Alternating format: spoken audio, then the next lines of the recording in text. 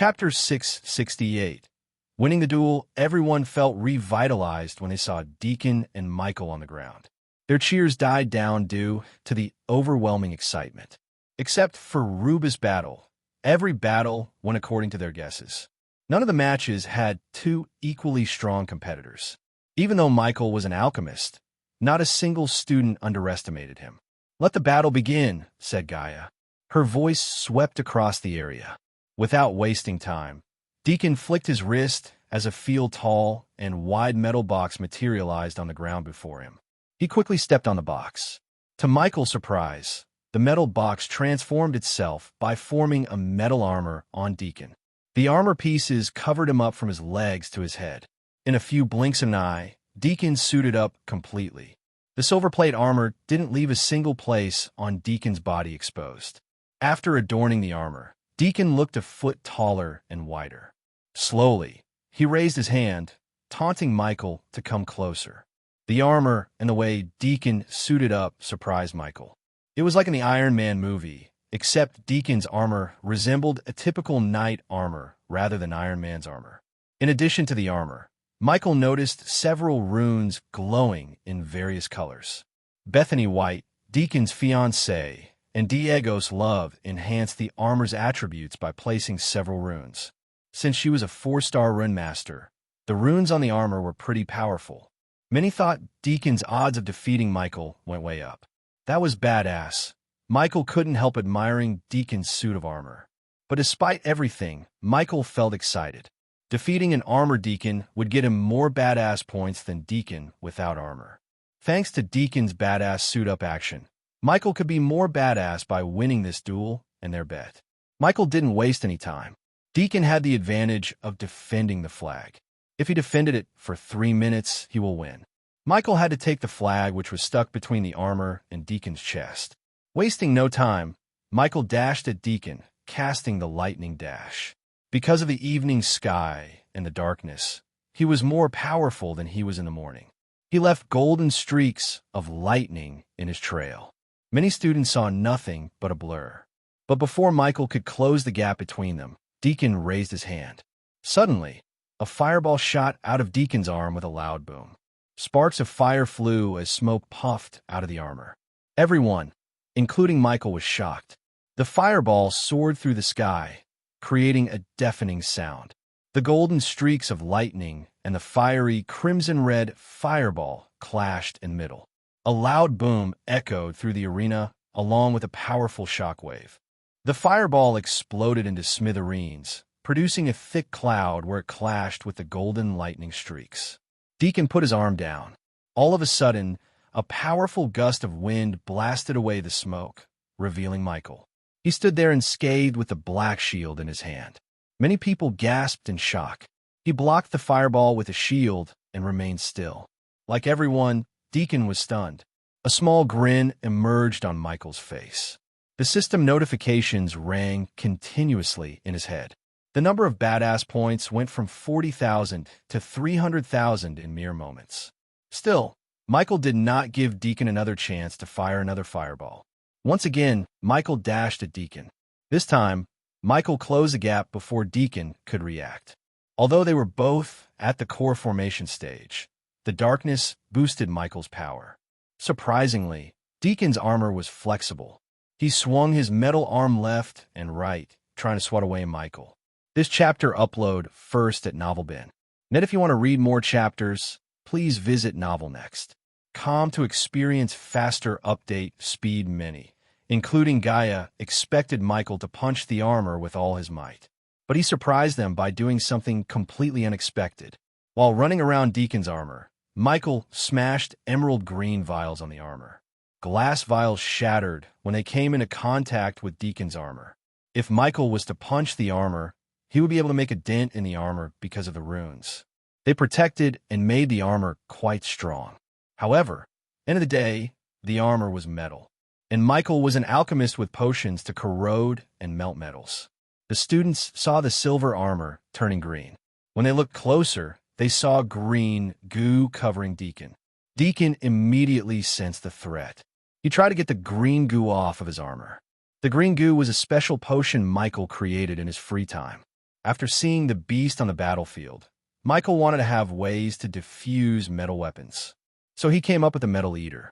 It was several times stronger than hydrochloric acid. Even with such a powerful acid, the armor was able to withstand instead of completely melting down. Deacon moved his hand left and right to get a hold of Michael. After failing to grab Michael with his hands, Deacon used his entire body to bear hug Michael. His daring maneuver was fruitful as he finally grabbed Michael. Deacon tried to squeeze Michael. With armor, Deacon was extremely strong. His hands wrapped around Michael's waist. Michael grabbed Deacon's shoulder and pushed himself back to avoid being squeezed. Although he was able to stop being squeezed, the acid got onto his emerald green robes. Time was running out. Suddenly, Michael head-butted Deacon.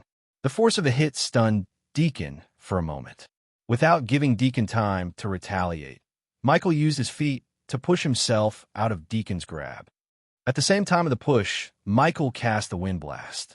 The sudden blast of wind pushed Deacon backward while throwing Michael out of Deacon's hold. "How does it feel like to taste your own medicine?" Deacon snickered.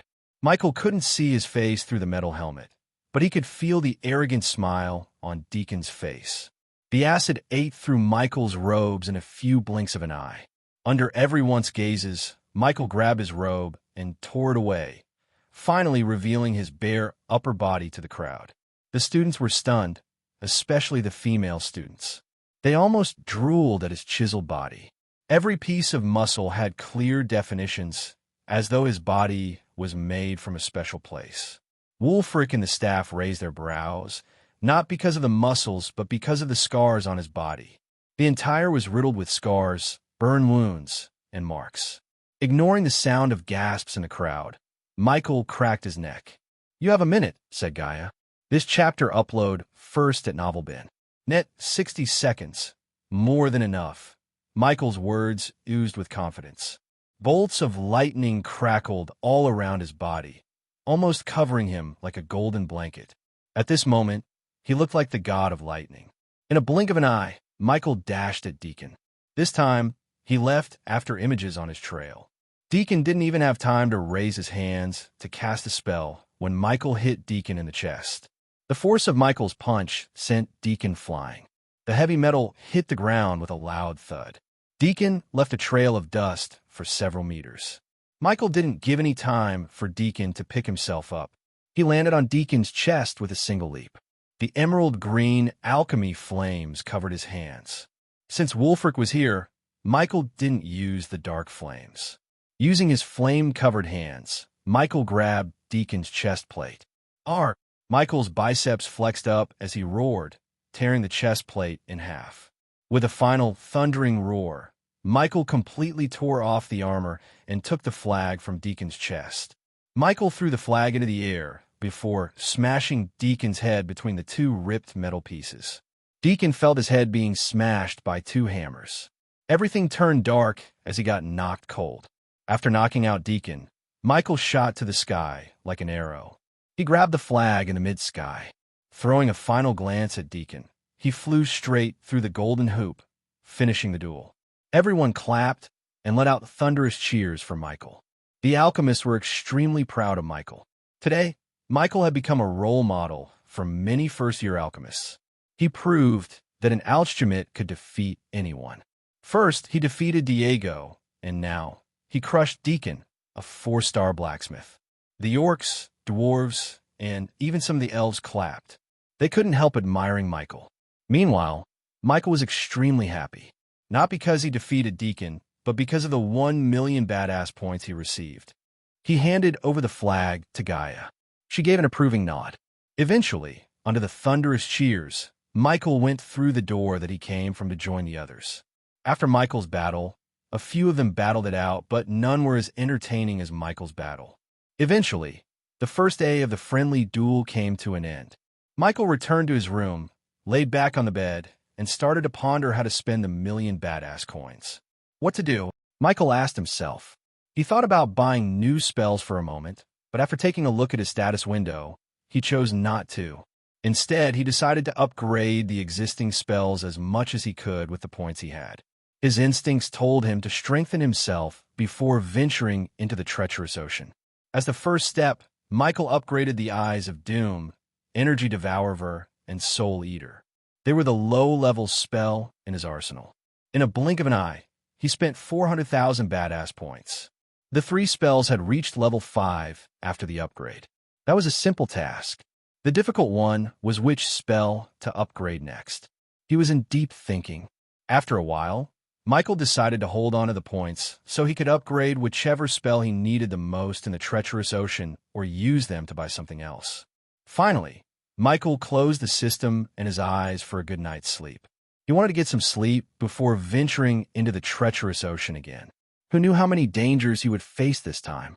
Chapter 669. Meeting of Michael and Victoria Barnes. The next day, when the first light appeared on the horizon, dark, chilly clouds blanketed the sun. Snow, pure as an innocent child, blessed the earth with its puffy whiteness. The trees shed their leaves, welcoming the winter with a warm embrace. The winter brought black and whiteness along with a bone-chilling coldness. Everything in Maze Roth looked white. The Black Lake resembled a floor made of obsidian. Maze Roth castle towers wore puffy, snow-like hats. The students, especially the first years, rushed outside to play in the snow. Several students showed their imagination through various statues made of ice. Another group showed their lust for destruction by destroying those statues. Nonetheless, pure fun was just as abundant as the snow in Maze Roth. Back in his room, Michael slowly opened his eyes. He felt the chillness in the air and the joyful shots from the outside. He stretched his arm, pulling aside the curtains to see the heavy snow rain through the window. So the winter is here, Michael yawned. He jumped back from the bed and started doing push-ups to warm his body, as usual. It took Michael almost 15 minutes to freshen up. Although cultivators didn't need baths, Michael's old habits followed him to the new world. Hence, Michael had never started a day without taking a bath and brushing his teeth. Wondering how to convince Gaia to stay behind while he ventures into the treacherous ocean, Michael walked out of his room. He was on his way to the arena so he could watch how Eladir fared in the duel. To Michael's surprise, the common room was filled with a crowd. Why is everyone here? Michael thought to himself. Usually, the alchemy students would greet Michael with wide grins and fist bumps. But at this moment, none of them dared to move an inch. They all stood around something. So no specialization is inferior to another one. You cannot compare one with another. If you reach the top of your specialization, you won't have to fight, Michael heard a calm voice. Immediately, the voice made Michael think of a wise old man. But he didn't sense anyone in his environmental scanning. He glanced at the room to find Ruby. She wasn't in the room. Learn to make the world a better place. Do not let the power corrupt you, my children. For some reason, Michael felt like these words were directed at him. Michael was curious. He wanted to see the voice's owner. That's all the time I have now. If a higher force allowed us, we will meet again. Unfortunately, the man seemed to have finished his gathering with the students. Michael slowly squeezed through the students to reach the front line. He was more curious than cautious. When he reached the front, he saw an old man with a long white beard and round glasses hanging on his nose. He was neither too tall nor too short. His body was hidden within the extravagant purple robes. As Michael imagined, the man looked wise, gentle, and an embodiment of calmness. Here you are. The man welcomed Michael with a gentle smile. They wanted to wake you up, but I didn't allow them. Did you rest well? The man asked in a grandfatherly tone. Headmaster, Michael was stunned. It was Wulfric, the headmaster of Maze Roth himself. What surprised him more was Michael didn't even sense the man's presence. Even when he met Wulfric face to face, Michael couldn't sense his cultivation stage. But his neck hair tingled. Deep within, Michael felt a strange surge of energy. Every fiber in Michael's body warned Michael of the powerful being before him. One thing was for sure, Wulfric was much more powerful than Michael thought he was. How about you walk me outside? Asked Wulfric. Michael wanted to get as far as possible from the man. However, he didn't have a choice but to nod. It'd be my pleasure, headmaster, said Michael. The students around Michael felt jealous. He had to talk to the headmaster alone. Only Michael knew the danger he was in.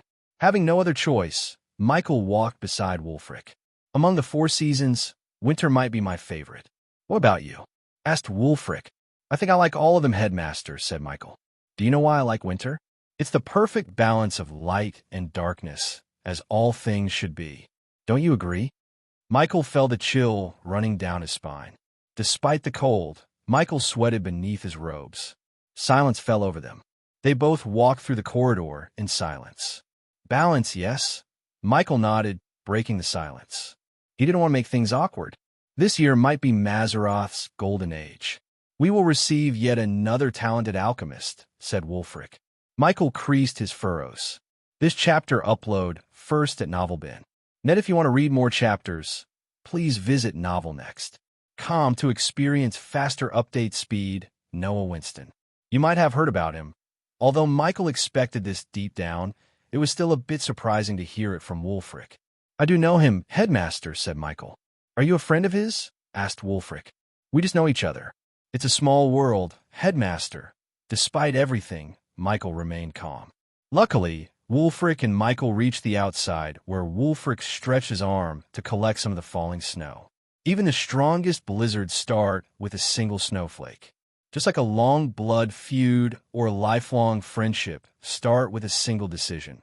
Wulfric patted Michael on the shoulder before ascending to the sky. Michael waited until Wulfric completely disappeared from his sight. As soon as he disappeared, Michael turned around and rushed back to his room. Hey, what did the headmaster say to you? Did he give you any pointers? Several students questioned Michael when they saw him back, but Michael ignored all of them. He rushed to his room. Gaia. Michael immediately contacted Gaia. Eladir, Nightmare. Without waiting for Gaia to respond, Michael contacted Eladir and Nightmare. I am in the middle of a class. Are you all right? You sound worried. Michael heard Gaia's voice in his head. Drop everything you're doing and get back to my room ASAP, said Michael. Anything happened? Asked Gaia. No time to explain. Do what I say now. He also ordered Eladir and Nightmare to come to his room. While waiting for them, Michael upgraded the environmental scanning and paid the system a sum of badass points to strengthen the Eyes of Darkness. The moment the system finished upgrading the spells, Michael closed his eyes. He spread his senses around him. His eyes abruptly opened. Shock and panic glimmered in his eyes. The room grew gloomier as a dark shroud enveloped Michael. He looked up. Suddenly, the sound of something shattering resonated in the air. The level 8 environmental scanning exposed the surveillance spell put on Michael. System, can you trace the origin of that surveillance spell? Asked Michael. The system sensed the origin is from somewhere in the Akulon realm. But system version 9 required to pinpoint the exact location, said the system. The system's words confirmed Michael's suspicion. Michael spent 200,000 badass points to increase the darkness manipulation from 28% to 36%. As a result, his Eyes of Darkness received an ability to see through disguises. After meeting Wulfric and learning about the surveillance spell put around him, Michael had a feeling there might be people of Sky Hall around him in disguise. How can I be this careless and stupid? Michael punched the wall, creating a fist-sized hole in the wall. I was being watched all this time. Michael gritted his teeth. This chapter upload first at Novelbin. Nady's anger was cut short by someone outside his door. Michael sensed a core formation level cultivator knocking on the door. Judging by the outline of the silhouette, it was a female. System, if something goes wrong, do whatever you want to get me, Gaia, Elodie, and Nightmare the hell out of here. Noted host, even the system sounded serious. Michael slowly made his way to the door and opened it. To his surprise, it was Edith who stood outside his door. What do you want? Michael was not in the mood to entertain Noah's girlfriend. Hence, his tone was not his usual friendly calm one. Edith was slightly surprised by his response, but she didn't show any emotion on her face. After all, she was here to ask Ghost about something important, not to pick a fight with him. Someone is waiting to meet you. I don't have time for this. If they want to meet me, ask them to come here. Michael was about to close the door when Edith put her hand on the door, stopping Michael. Sorry for this. Edith snickered. The next moment, Michael felt the space around him distort. In a blink of an eye, the scenery around him changed from his cozy room to a mountaintop. Michael saw several floating mountains around him. He could tell he was in the Ukulon realm, but not exactly where in the Ukulon realm. My sincerest apologies, Ghost.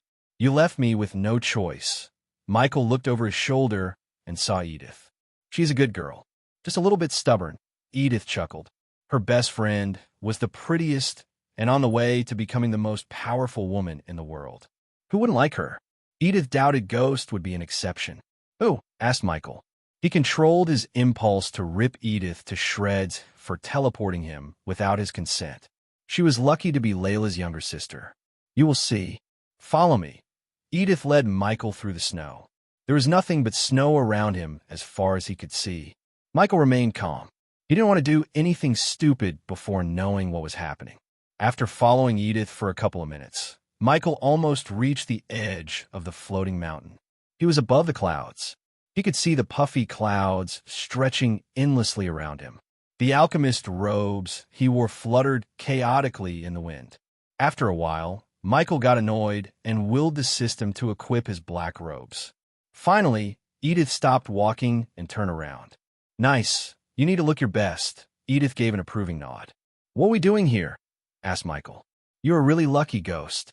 Throughout these years, she has received proposals in hundreds. She rejected them all, but for the first time, she showed interest in you. So it's only fair you two meet each other. Michael creased his brows. I know it's sudden, but please stay here and meet her. You will like her, Edith said in a gentle tone. Happiness was visible in her eyes. Michael felt so annoyed and irritated by Edith. He was in the process of leaving Maze Roth for good. Because of her, his plans were getting delayed. Michael, where are you? I am in your room with Eladir. Michael heard Gaia's voice.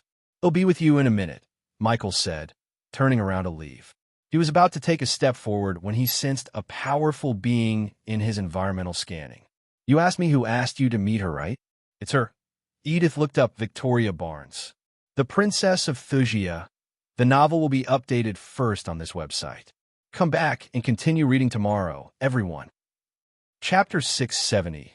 Meeting of Michael and Victoria Barnes. 2. The moment Michael heard these words, his mind went blank. A ringing sound continued to resonate in his head. Everything from the images of Abra's first meeting with Victoria to the sanctuary burning in front of his eyes flashed across him. His body and hands shivered in pure rage. Meanwhile, Victoria landed near Edith. She looked at Ghost back, having no idea who was in front of her. Lila, said Michael. The name immediately put a frown on Victoria's face. She used the name to infiltrate the sanctuary. Except for Abra's, some elders in the sanctuary, General Booth, and her father, no one outside knew the name she used. But somehow, Ghost uttered the name. Edith, on the other hand, thought he had said her elder sister's name. Michael slowly turned around. His eyes were bloodshot. All the veins on his face bulged up. Edith also noticed him shivering. Victoria still didn't figure out his identity because of Michael's beard. With a flick of his wrist, Michael took out a dagger. Edith's body tensed up, but Victoria remained calm. Do you remember me, Lila? Asked Michael, surprising Victoria with his question. His voice was cold. Any oblivious man could sense the deep hatred in his tone. But Victoria had no idea. As far as she knew, he was Ghost. Seeing Victoria have no response, Michael pressed the dagger against his face, slowly shaving the beard. Victoria's heartbeat steadily increased. When Michael shaved his beard completely, her heart skipped a beat. The face of Ghost reminded Lila of someone she had forgotten long ago, Abras. She simply couldn't believe what she was seeing. Abras, Victoria mumbled. The last time she saw Abras, she stabbed him in the heart. There was no way he could have survived the slaughter. But not only had he survived, but he also became a heaven-defying prodigy. In the corner of her mind, she doubted that Abras used the cosmic stream somehow to survive and cultivate. Victoria remembered Abras as a naive, weak, and love-stricken boy from a group who kept the cosmic stream for themselves instead of using it for the betterment of this world. However, Ghost was the exact opposite of Abras. That was the reason Victoria even considered meeting Ghost and thought about marrying him. He was the perfect suitor and the prince for Thusia. He was brutal, cold, and merciless to his enemies. Abras. Edith took a step back. She recalled everything Victoria told about the sanctuary and what the Thusians did to the people who converted the cosmic stream. If Edith was right, Abras was the young man Victoria pretended to be in love with and killed in the end. A necessary action. That's how Victoria justified her actions. Edith was still unclear about how she felt about what Thusians did to the sanctuary. But at least they used cosmic energy to get rid of the plague that swept across Thusia. If not for the cosmic stream, her parents would have died. For that, Edith felt eternally grateful to Victoria and King Maxim. "You survived," Victoria said. Despite the startling truth, Victoria didn't shiver in fear or show any emotion except a slight surprise in her eyes. Although she didn't know how Abras survived, she couldn't let him live. Otherwise, he might expose the cosmic stream's existence to the outside world. "What now, Abras? You want to kill me?" asked Victoria. Granted, Ghost was strong, but she was stronger. She had cosmic energy coursing through her veins. Thinking that she had to kill him again, she almost felt pity for him. It seemed like fate really wanted her to kill Abras. The least she could do for him was end his life painlessly. This time, she didn't have to betray him, but look him in the eyes and end his life personally. "Kill you? Ha ha ha." To her surprise, Ghost burst into devilish laughter. He threw the dagger aside. "If I wanted to kill you, I would have done it a long time ago." "No, no, no." Michael shook his head. "You took something from me. Now, I'm going to take everything from you." His word sounded awfully murderous. Even from a distance, Edith could feel the killing intent. On the other hand, Victoria creased her brows. She stepped forward as sparkling blue energy formed a sword in her hand. The sword made of pure cosmic energy. There was no metal or weapon that could withstand the cosmic energy. She had slain hundreds of enemies using the sword, and it was time to put Abras to rest. To do that, you have to be alive, Victoria scorned. She was about to dash forward when Michael surprised her by dashing toward Edith. Victoria didn't expect Michael to target Edith because Edith had done nothing to him. Edith didn't react in time. His speed caught Edith off guard. Without giving both the girls any time to react, Michael stabbed Edith in the neck with a needle. "Get away from her." Victoria raised the sword to cut down Abras. This chapter upload first at NovelBin. Net, if you want to read more chapters, please visit NovelNext.com to experience faster update speed, but suddenly, Edith collapsed to the ground, screaming in agony. "What did you do?" Victoria's instincts told her to stop. Edith rolled on the ground. Her scream echoed through the floating mountain. Michael laughed. Victoria rushed toward Edith. When she squatted beside Edith, Michael snapped his finger. To Victoria's surprise, Edith stopped screaming. Michael circled around him like a predator stalking its prey. It took a great effort for Michael not to slaughter Victoria right here and then. Victoria helped Edith up. Edith's face was completely pale. A second again, she felt an excruciating pain in every corner of her body. It was like she was being stabbed with hundreds of nails at the same time. But the pain disappeared as soon as Michael snapped his finger. Michael finally finished a full circle around them. "This is just a glimpse of what I'm going to do to you and all your loved ones," Lila said. Michael. Victoria clenched her fist. She wanted to cut Abras into pieces. She would have given him a painless death, but now she wanted to make him suffer. "I want you to see everyone you care about suffer. Brick by brick, one by one, I will dismantle your beloved Thusia in front of your eyes. I will raze everything you built to the ground." Michael slowly said these words. "You will beg me to kill you, and you're suffering. But I won't grant you any mercy. I will kill your family slowly and painfully. Just like your people did to mine. Leave her out of this," Victoria growled. Michael tilted his head, staring at Edith for a moment. He then slowly walked toward Victoria. He came close to the point Victoria could feel his hot breath on her. "What?" whispered Michael. "She had done nothing to you." "She's innocent," Victoria snarled. She wanted to punch him in the chest, crushing his heart. However, she was afraid that would kill Edith. And she was right. Michael injected Edith with a blood tonic. If he wished, he He could end Edith's life with a single snap of his finger. Michael didn't hide this. He let both of them know what he had done to Edith. I put something of my own inside her. All I need is to snap my fingers to end your friend's little life. Victoria gritted her teeth as Michael coldly smiled. Or if I wanted, I could enjoy some screaming music. Michael simply moved his brow as Edith collapsed to the ground once again, screaming and rolling in pain. Finally, Victoria couldn't see her friend suffer. She clenched the cosmic sword tighter. She wanted to cut down Abras. This chapter upload first at NovelBin. Net TSK, TSK, TSK. Michael shook his head. Patience, Lila. Do you think I only hold your friend's life in my hand? How's Her Highness, Valeria? Victoria's mind went blank. Abras. Victoria growled like a wounded animal. Her eyes turned blood red in anger. You coward. Release my friend and settle this like a man, said Victoria. But Michael laughed. I'm not a man. I am the fucking consequences of your actions. Michael glanced at Edith. He willed the system to shut down the nanites in her body. As a result, Edith's pain disappeared. You have no idea what we are capable of, Abras. I destroyed your home once. It won't take me long to do it again. Michael heard Victoria while he was walking away from Victoria. He was afraid he would lose control and slaughter Victoria right on this floating mountain. He didn't want that. As he explained, he wanted Victoria to suffer. Although killing Victoria was as easy as snapping his finger, he had other plans for her.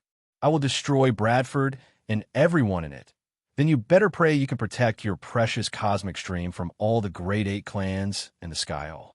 Because the moment you raise a finger against me, I will expose your dirty little secret. Michael turned around with a devilish grin.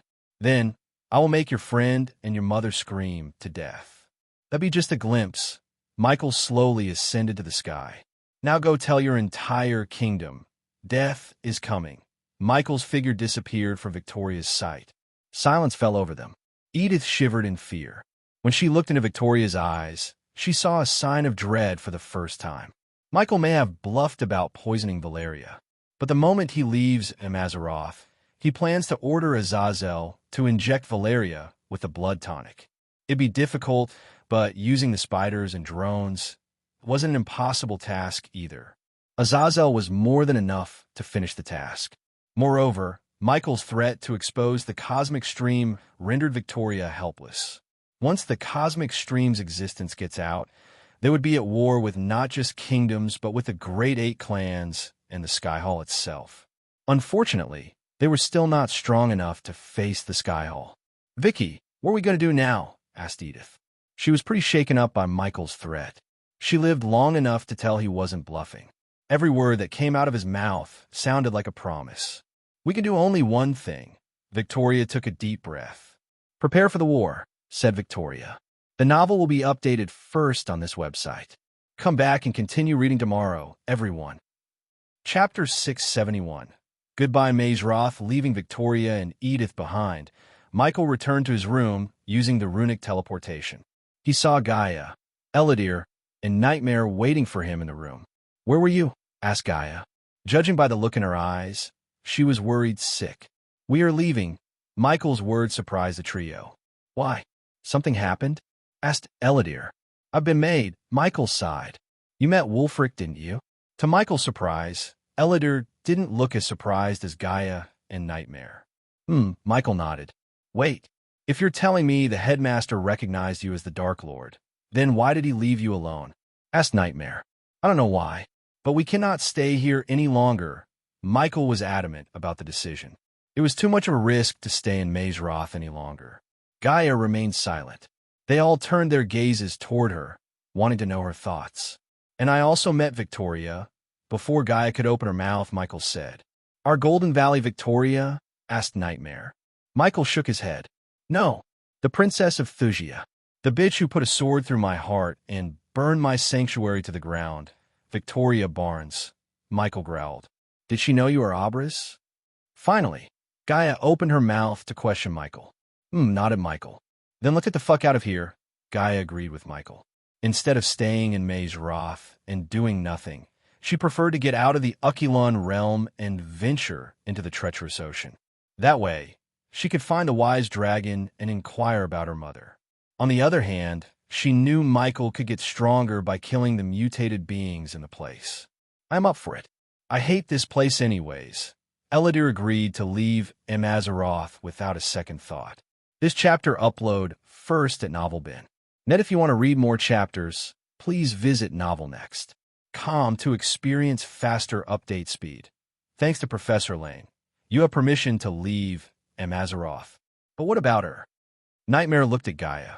She's a professor. It would raise some eyebrows if she disappeared suddenly. Nightmare was right. Taking Gaia would be suspicious, for sure. They might even look for Professor Steinmeier. But leaving Gaia behind the enemy lines, especially after knowing his identity had been exposed, Michael had no other choice. Moreover, bringing Gaia and Nightmare to the treacherous ocean would multiply his experience gain.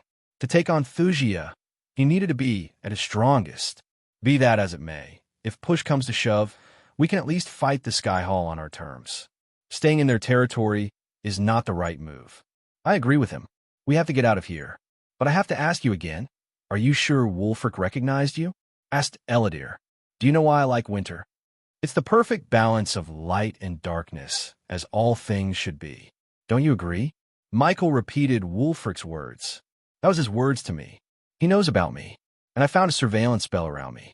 Someone was watching me all this time. Gaia and Eladir raised their brows. They were completely taken aback by the surprise.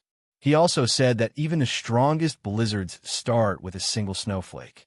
Just like a long blood feud or a lifelong friendship start with a single decision.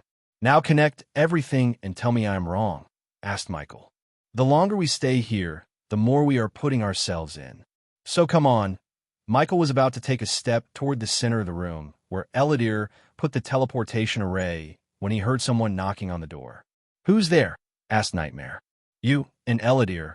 Michael looked at Gaia and Eladir. Get out of here, Michael whispered. Without wasting time arguing, Gaia and Eladir stepped onto the array.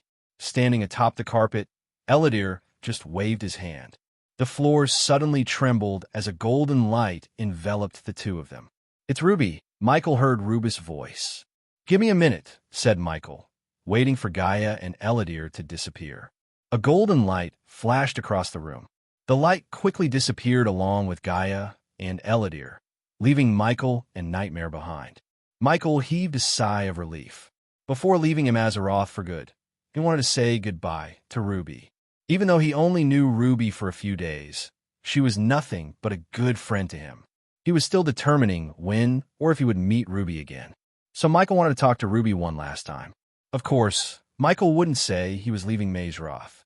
But when Michael opened his door, he was startled. His eyes of darkness revealed Ruby's real face. The one Michael saw standing outside was Rowena. There was no doubt in his mind. He saw her portraits in Winston Manor too many times to be mistaken. Michael was speechless.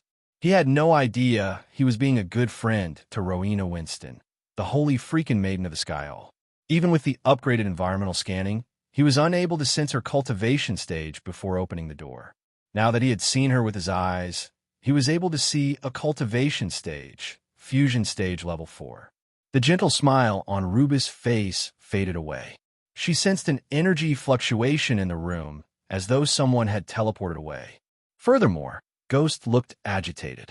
To Michael's surprise, Ruby sighed and stepped into his room. Unlike everyone in Mazeroth, Rowena knew Professor Steinmeier was not what she claimed to be. Rowena had seen through her disguise the moment she saw her with Ghost in Lane's office. The only reason Rowena didn't throw her in prison was that she was with Ghost and seemed to care about him. Rowena did not want to repay the kindness Ghost showed her family by hurting his close one. Regardless, she would have asked the one pretending to be Steinmeier to leave Mazeroth and never return. Connecting Ghost's agitated face with the energy distortion in the room, Rowena guessed the fake professor might have left Mazeroth. The question was, how did she leave Mazeroth? This chapter upload first at NovelBin. Net, although Michael learned Ruby's real identity, he didn't act weird. Instead, he pretended to know nothing about her. I thought you went to the arena, said Michael.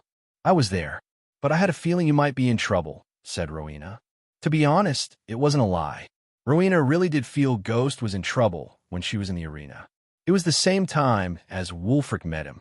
After hearing some students speak about Wulfric's surprise visit to the House of Alchemists, Rowena really thought Wulfric had caught Ghost helping the one who was pretending to be a professor. If that was the case, Rowena would have used her status as the Holy Maiden to help him and settle her debts to the Ghost once and for all. As far as she was concerned, Ghost saved 4 people in her family: Andrews, Sabrina, her mother, and her father. That was 4 lives.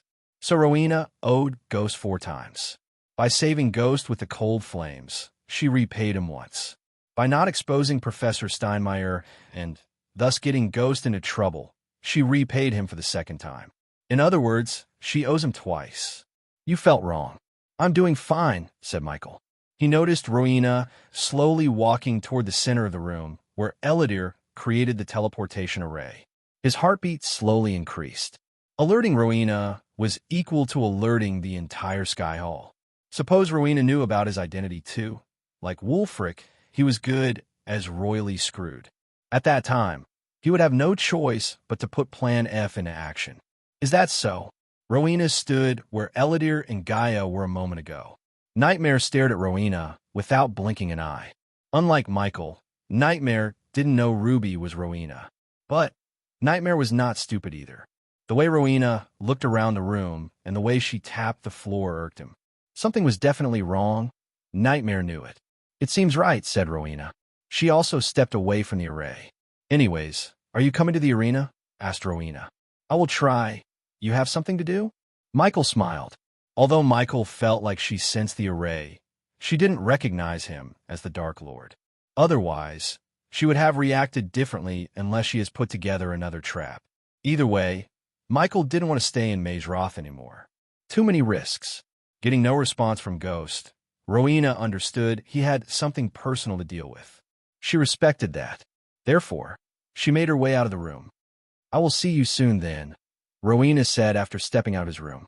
She nodded at Michael. After giving him a gentle smile, she walked away. Phew! Michael deeply exhaled. Without wasting time, Michael shut the door. He grabbed Nightmare and walked toward the array. The moment we get out, destroy the array without a trace, Michael ordered the system. He looked at his room and couldn't help feeling a bit of sorrow. If he was a normal guy, he could have cherished this Azeroth life like the others have. Being the Dark Lord caused him to lose so many things in life. The only way to fix everything was to destroy the Sky Hall once and for all. Now that he had spent some time with Rowena, going against her made his heart heavy. She may have pretended to be Ruby, but his instincts told him she didn't have any ill intention toward him. She was genuine.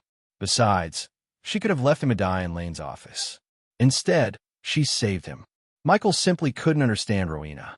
But, for now, understanding Rowena wasn't on his to-do list. Where are we going? Asked Nightmare. To the treacherous ocean, said Michael. That was just a pit stop before finally venturing into his nemesis homeland, Thusia. It was time for the Thusians to pay for what they did to him. The novel will be updated first on this website. Come back and continue reading tomorrow, everyone. Chapter 672. Returning to the treacherous ocean after leaving Maze Roth, they all arrived at the Dark Forest. Michael ordered Eladir to stay in the Dark Forest, watching over the sect and everything. He then immediately departed from the Dark Forest to the treacherous ocean with Gaia and Nightmare.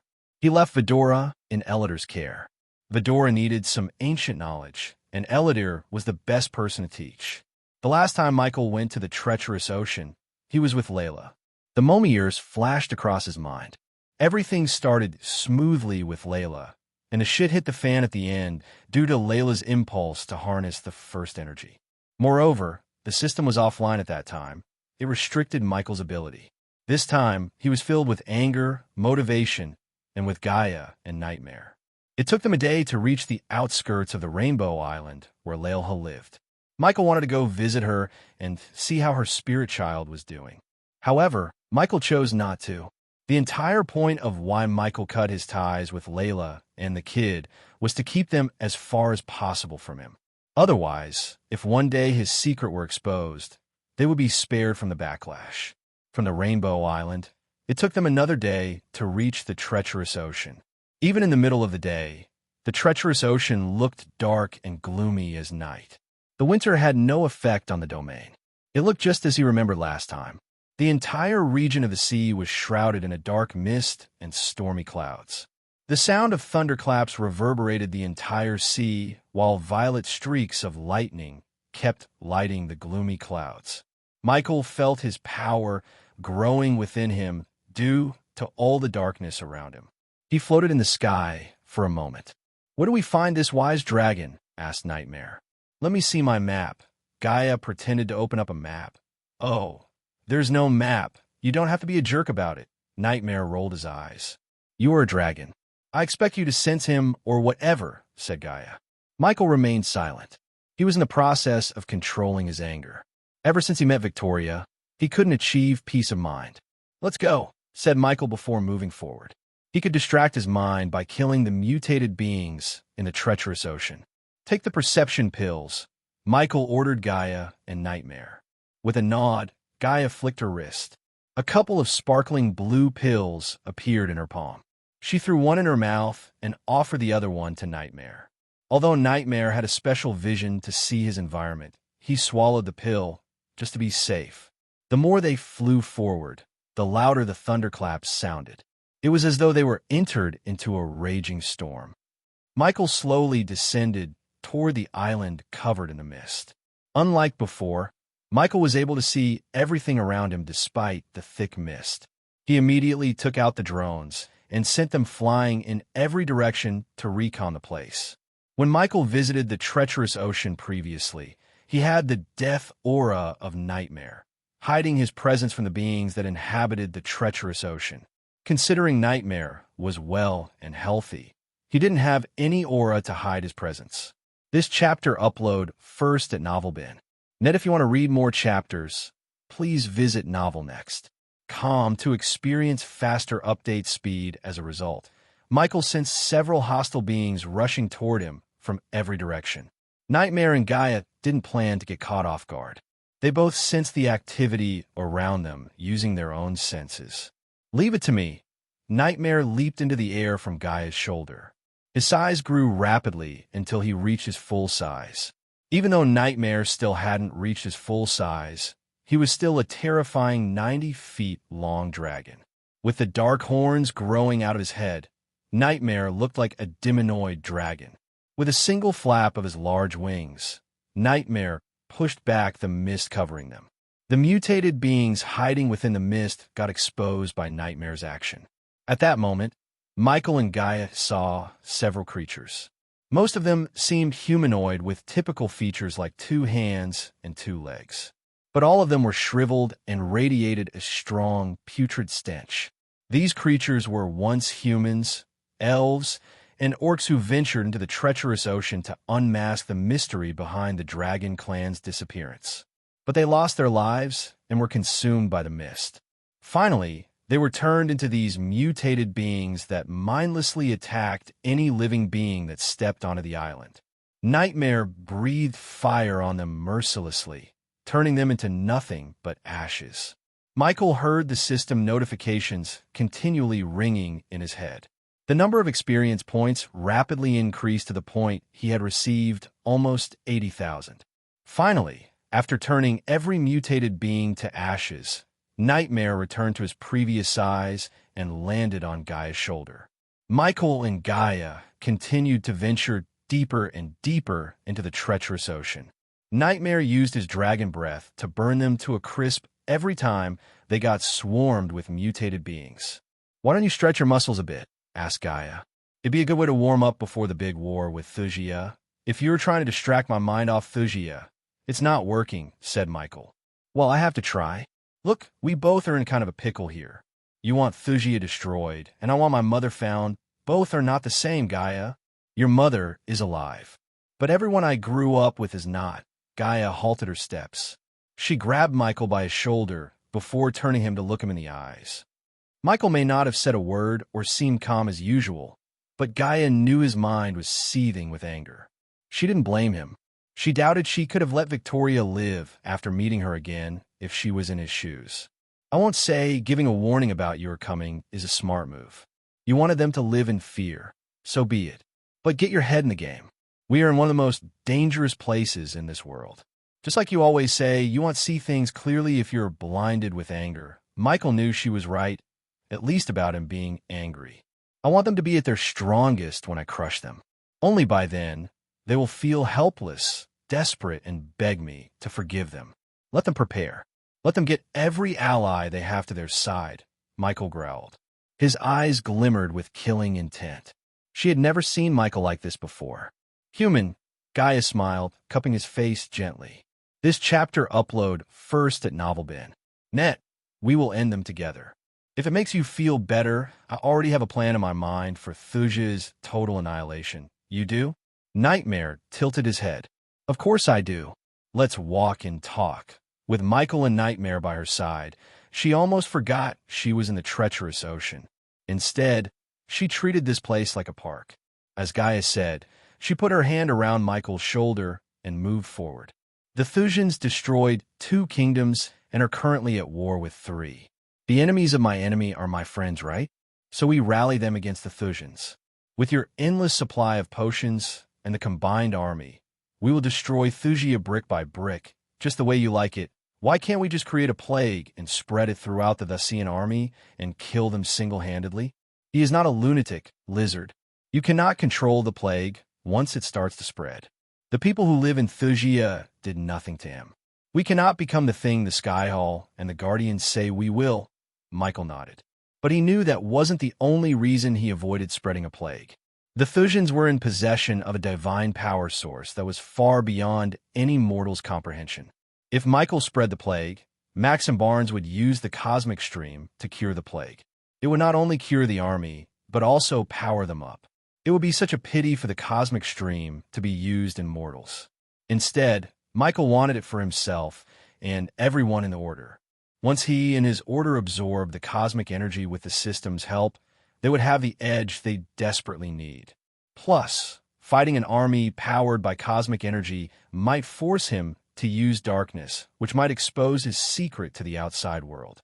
Gaia explained all her plans in greater detail while moving forward.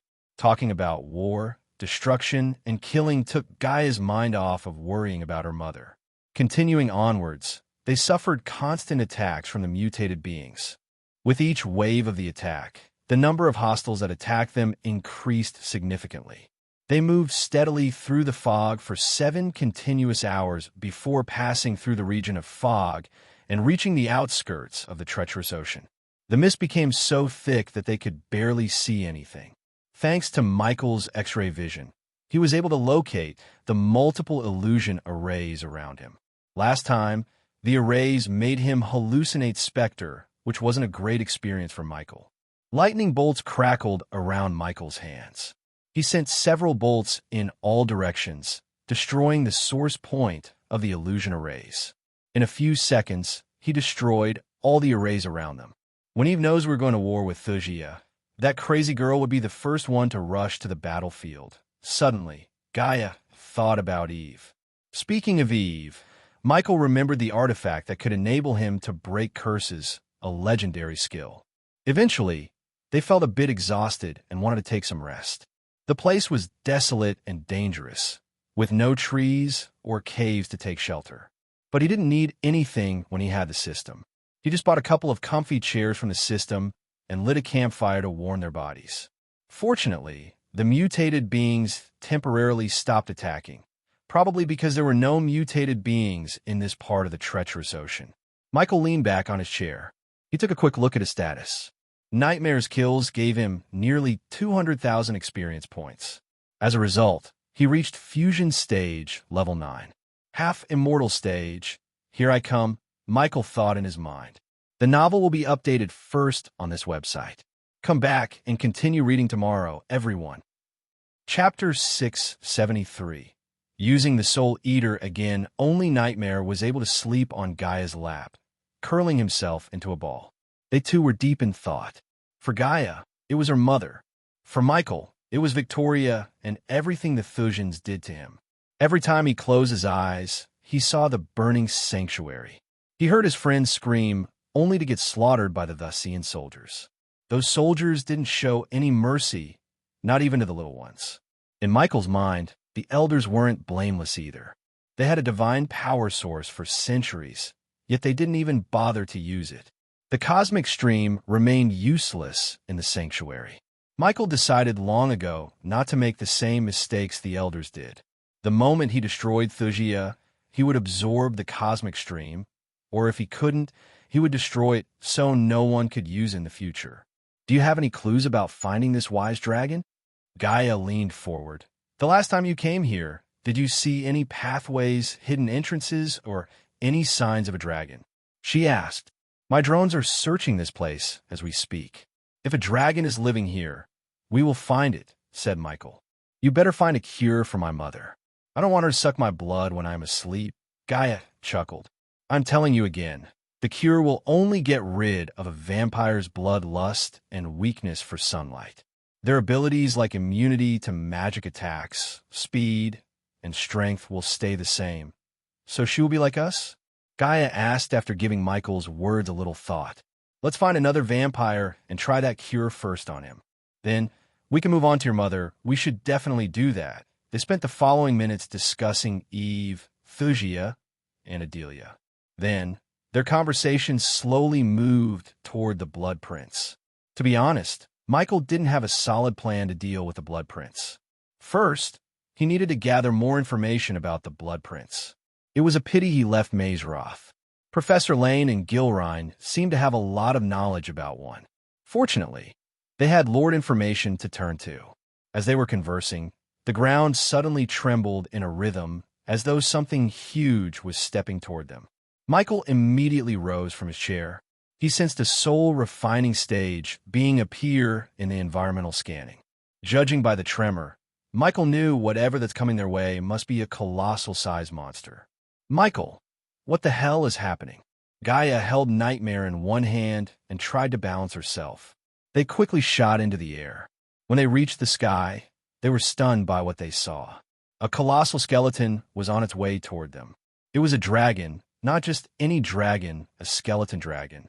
With each step the dragon took, the ground trembled. The dragon had an overall length of 400 feet, a wingspan of 350 feet, and a height of almost 80 feet.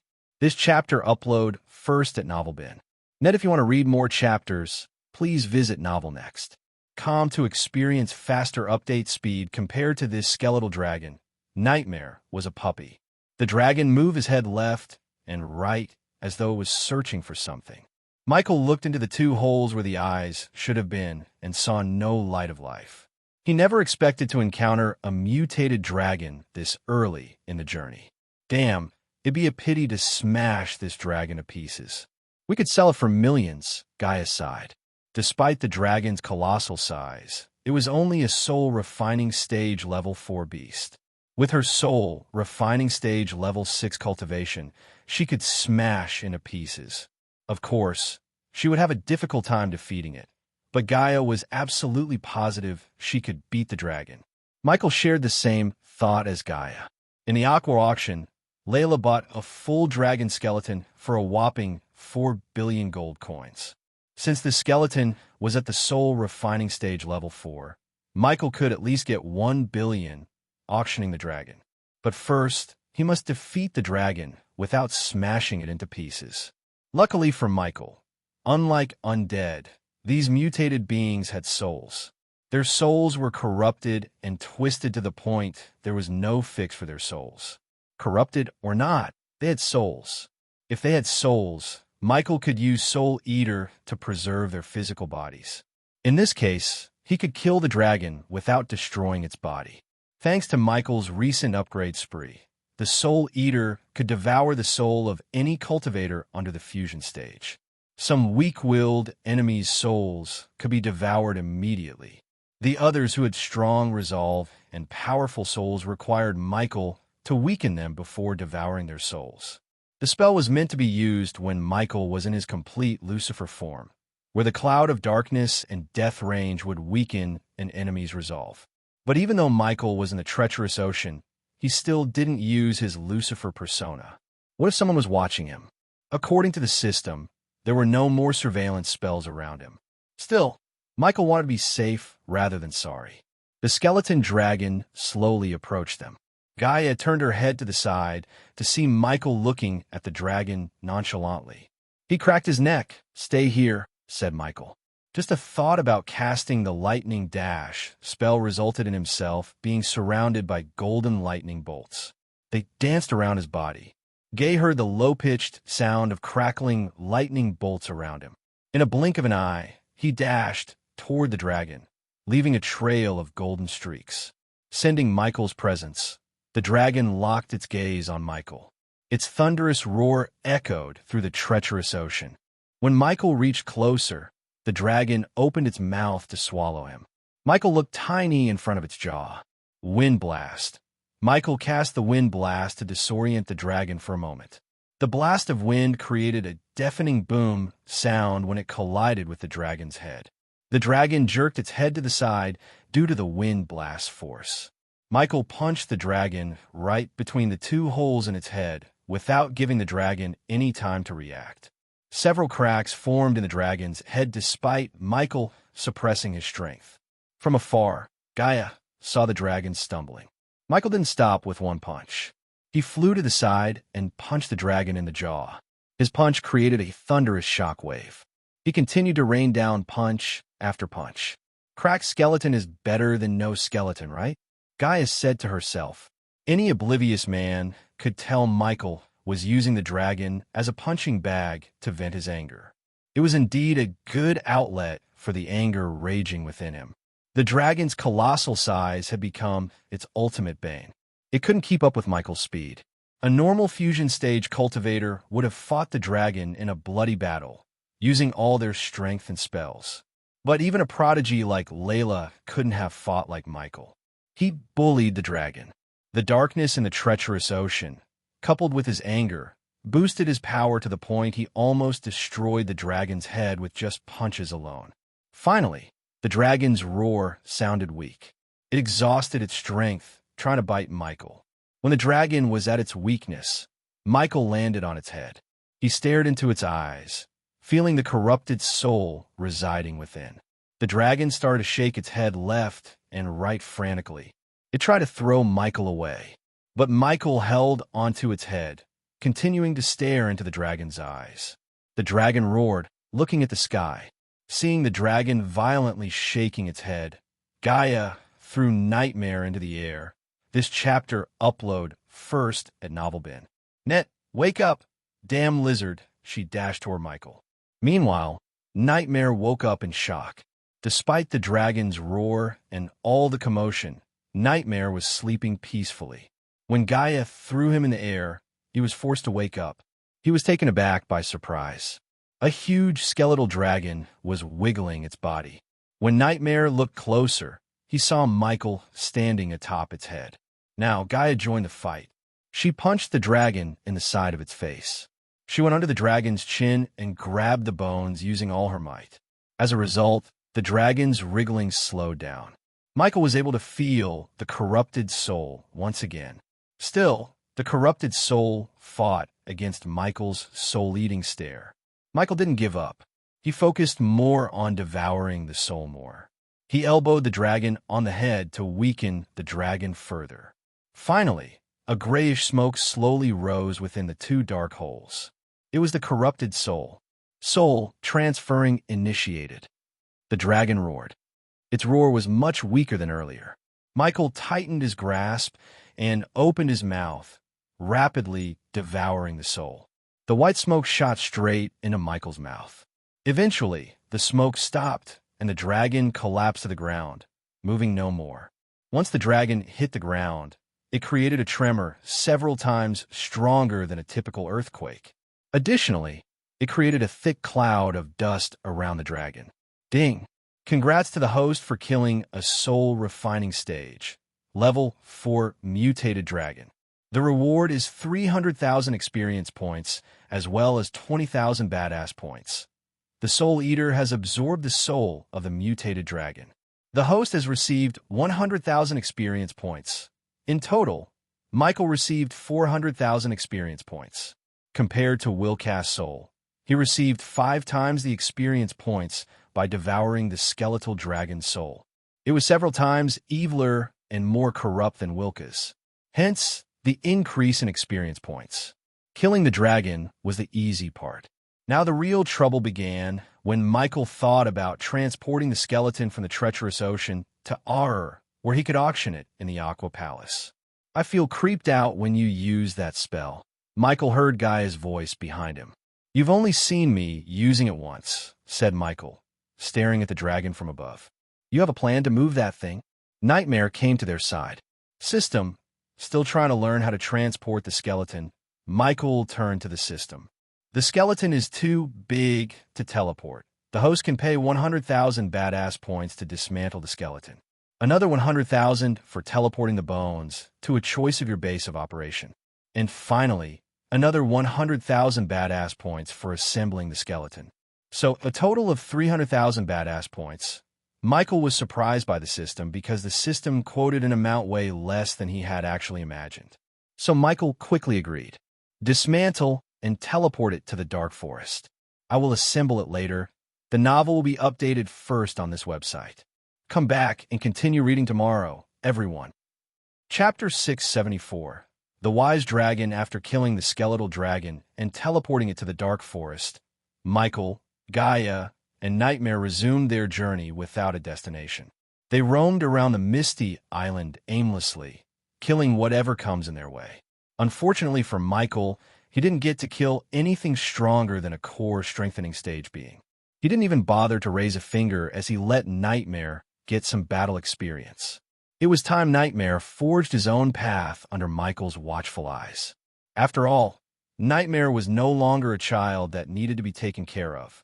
He had reached the core strengthening stage / the only weakness Michael saw in Nightmare was his kindness. Unfortunately, it often made Nightmare look weak rather than kind. Although Nightmare seemed to be supporting Michael in his thoughts to destroy Thusia, Michael knew Nightmare wanted to avoid all the bloodshed. He wasn't wrong, though. If it were any other situation, Michael would have wanted the same. He himself wasn't a big fan of wars. But Thusia must be destroyed. Michael was not a saint to return an evil act with kindness. He would do anything to see Victoria and her family suffer. Through the mist, Michael led Gaia and Nightmare forward. His senses were heightened to detect any threats nearby. Suddenly, Michael stopped flying. Why are we stopping? Asked Gaia. The drones are destroyed, said Michael. A moment ago, he felt the connection between him and a few drones suddenly severed. He closed his eyes briefly for a moment, ordering the system to locate the destroyed drones. I hope it's the Wise Dragon, Gaia nervously smiled. Without wasting any time, Michael grabbed Gaia's hand and cast the ignitia to reach the destination as fast as he could. The scenery around them did not change. Everyone was still covered in mist. He triggered a couple of illusion arrays, but destroyed them all within a few seconds. They weren't strong enough to pose a threat to Michael anymore. In a couple of minutes, they traveled quite a long distance. To their surprise, the mist suddenly disappeared. Instead, they were stuck in a dome made of bone-chilling ice. What is this place? Asked Gaia. She rubbed her shoulders to create some much-needed warmth. Nightmare tried to breathe fire, but he simply couldn't. The coldness affected Nightmare's ability to breathe fire. Gaia looked around the dome to see an entrance. She couldn't even find out how she entered the dome when she turned back. It was obvious that ice closed the gap they entered. Several questions emerged in their minds. First of them was, where were they? As they were looking around, Michael sensed a powerful being in the area with them. Something's here, said Michael. According to his senses and the environmental scanning, the being was a fusion stage being. Although he sensed the being, he couldn't see it. He quickly used his thermal vision, looking at his surroundings once again. Shock and surprise welcomed Michael. An invisible foe slowly approached them. Judging by the silhouette, it was definitely a colossal dragon. Regardless of the dragon's size, it moved like a ninja, making no sound. Unlike Michael, Gaia couldn't see the dragon. Are we playing hide and seek? Asked Michael. The dragon stopped moving. I can see you, said Michael. The dragon stared at Michael for a few moments. They could have seen the surprise in the dragon's eyes if the dragon wasn't invisible. Finally, The dragon revealed itself by dispelling the invisibility spell around it. Michael raised his brows as he stood before a towering, colossal dragon. It was just as big as the skeletal dragon, but more powerful and terrifying. This chapter upload first at NovelBin. Net, if you want to read more chapters, please visit NovelNext.com to experience faster update speed. Large emerald eyes sat concealed within the dragon's rounded, narrow skull, giving the dragon a rather menacing appearance. Several enormous horns sit atop its head, just above its wide, cat-like ears. Large fan-like skin and bone structures ran down the sides of each of its jawlines. Its nose was small and had two short, pointy nostrils. There was a small horn on its chin. Several rows of large teeth poked out from the side of its mouth and gave a slight hint of the terror hiding inside. The dragon's thick neck ran down from its head and into a long body. The top was covered in curved, icy blue scales, and a row of small fan-like growths ran down its spine. Its bottom was covered in small scales and was colored much lighter than the rest of its body. For muscular limbs carried its body, allowing the creature to stand towering and proud. Each limb had 4 digits, each of which ended in thick claws seemingly made of silver. Horrendous wings grew, starting from its shoulders and ending at the middle of its back. The wings were bat-like, with a specialized layer of skin and armor-like scales growing on top of the wings' primary bones. Its graceful tail ended in a fan-like tip, covered in the same curved scales as its body. A puff of chill smoke puffed out of its nostrils as the dragon moved its head down. The dragon slowly moved its long neck around Michael. A human, a naga, and a forest dragon. Quiet as strange party, the dragon spoke in a gruff, beastly voice. The voice was both terrifying and soothing at the same time. Michael couldn't help but feel a wise man vibe from the dragon. It had a certain wise old grandpa aura around it. "Do you happen to be the wise dragon by any chance?" asked Gaia. The dragon stood tall. A glint of pride emerged in its obsidian eyes. "I'm known by many names. And yes, Wise Dragon is indeed one of them, and the most befitting name of them all," said the dragon. Gaia's heart trembled. She couldn't believe her luck. She had found the Wise Dragon, just as the vampire instructed her to. Adelia Ashton. "What do you know about her?" Gaia didn't beat around the bush. She immediately questioned the Wise Dragon. To their surprise, the dragon burst into laughter. "You are a courageous one. Many would have wet their pants. But you have the galls to question me. Is it why you are here, searching for this Adelia?" the dragon asked. It seemed amused by Gaia's question. Michael remained silent, letting Gaia question the dragon. Since the dragon was at the fusion stage 10, Michael didn't have a need to be afraid. If push comes to shove, Michael could turn into the Dark Lord and kill the dragon unless the dragon was stronger than it seemed. Why else would someone come to this death trap? "Please, Wise Dragon, I must find her." Gaia sounded desperate. The dragon grinned, revealing its razor-sharp teeth. It somewhat looked like an oldie cunning fox in Michael's eyes.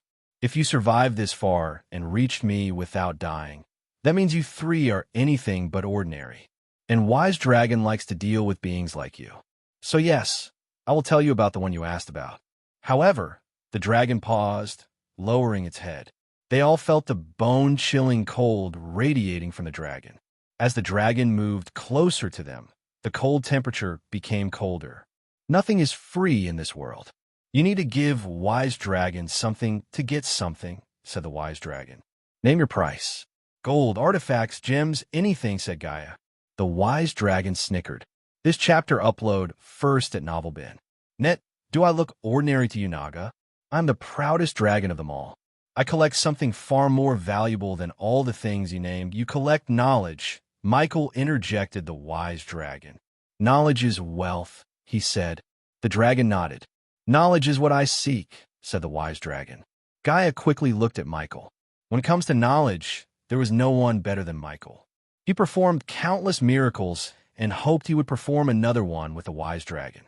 "Do you accept blueprints of contraptions and legendary alchemy recipes?" asked Michael.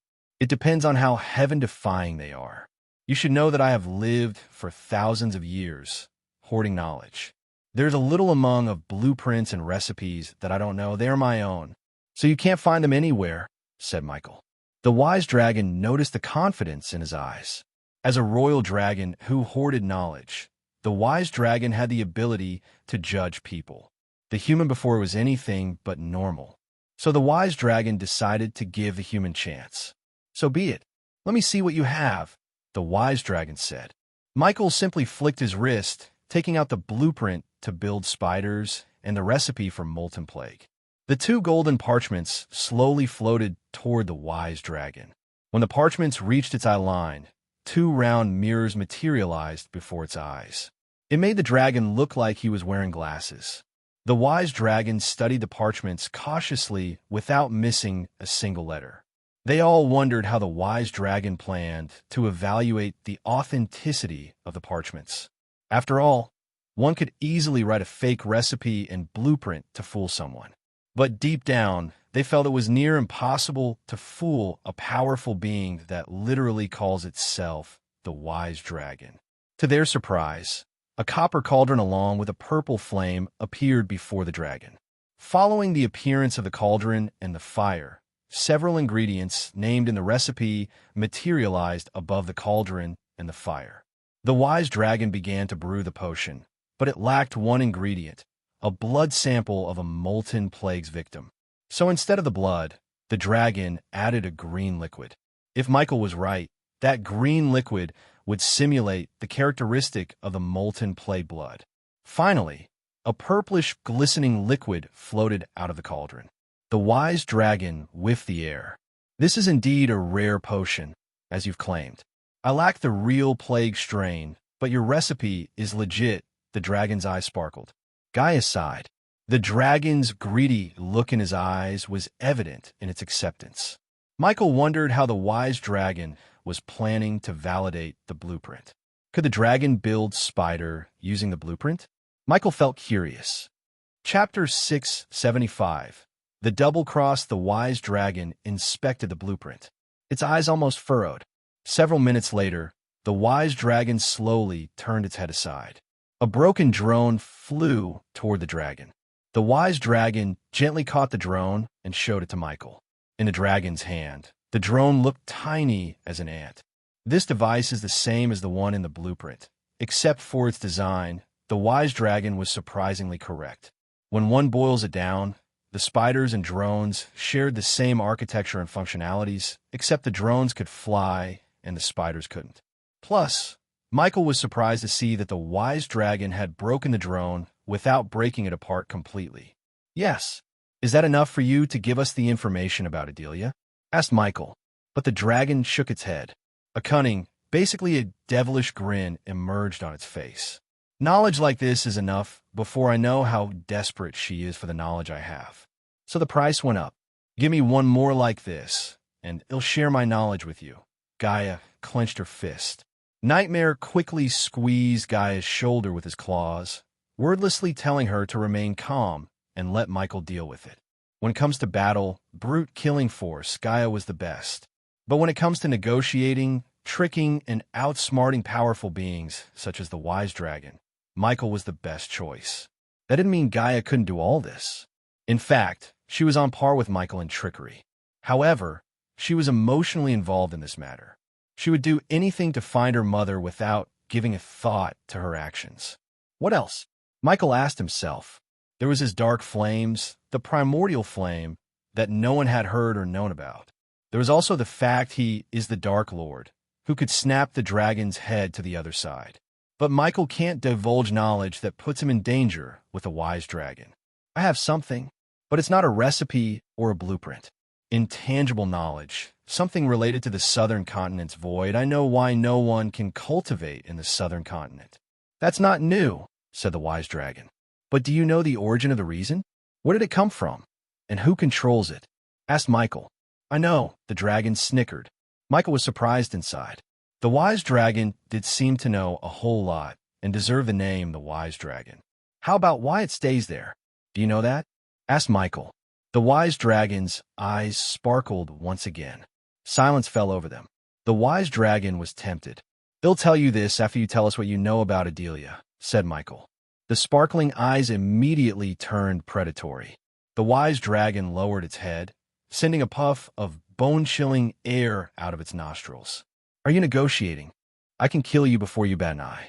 You are sorely mistaken if you think cultivation stages decide our power. I know. But what if you raise the price once again? As the wise dragon, you know you can't blame me for thinking like that. Give us the information, and I will share my knowledge with you. Like you said, you can kill us before we bat an eye, if you think the knowledge is not worth the price. This chapter upload first at NovelBin. If you want to read more chapters, please visit Novel Next. To experience faster update, speed. The wise dragon once again laughed at Michael's courage and the way he conducted himself. He was neither too afraid nor too haughty. One would be surprised how many humans the wise dragon has met and dealt with over the years. This human was special. Adelia Ashton, the Queen of Nagaland, the wise dragon said, slowly moving its head higher and higher. She came here searching for a cure to her vampirism. She offered me something, and I gave her the cure.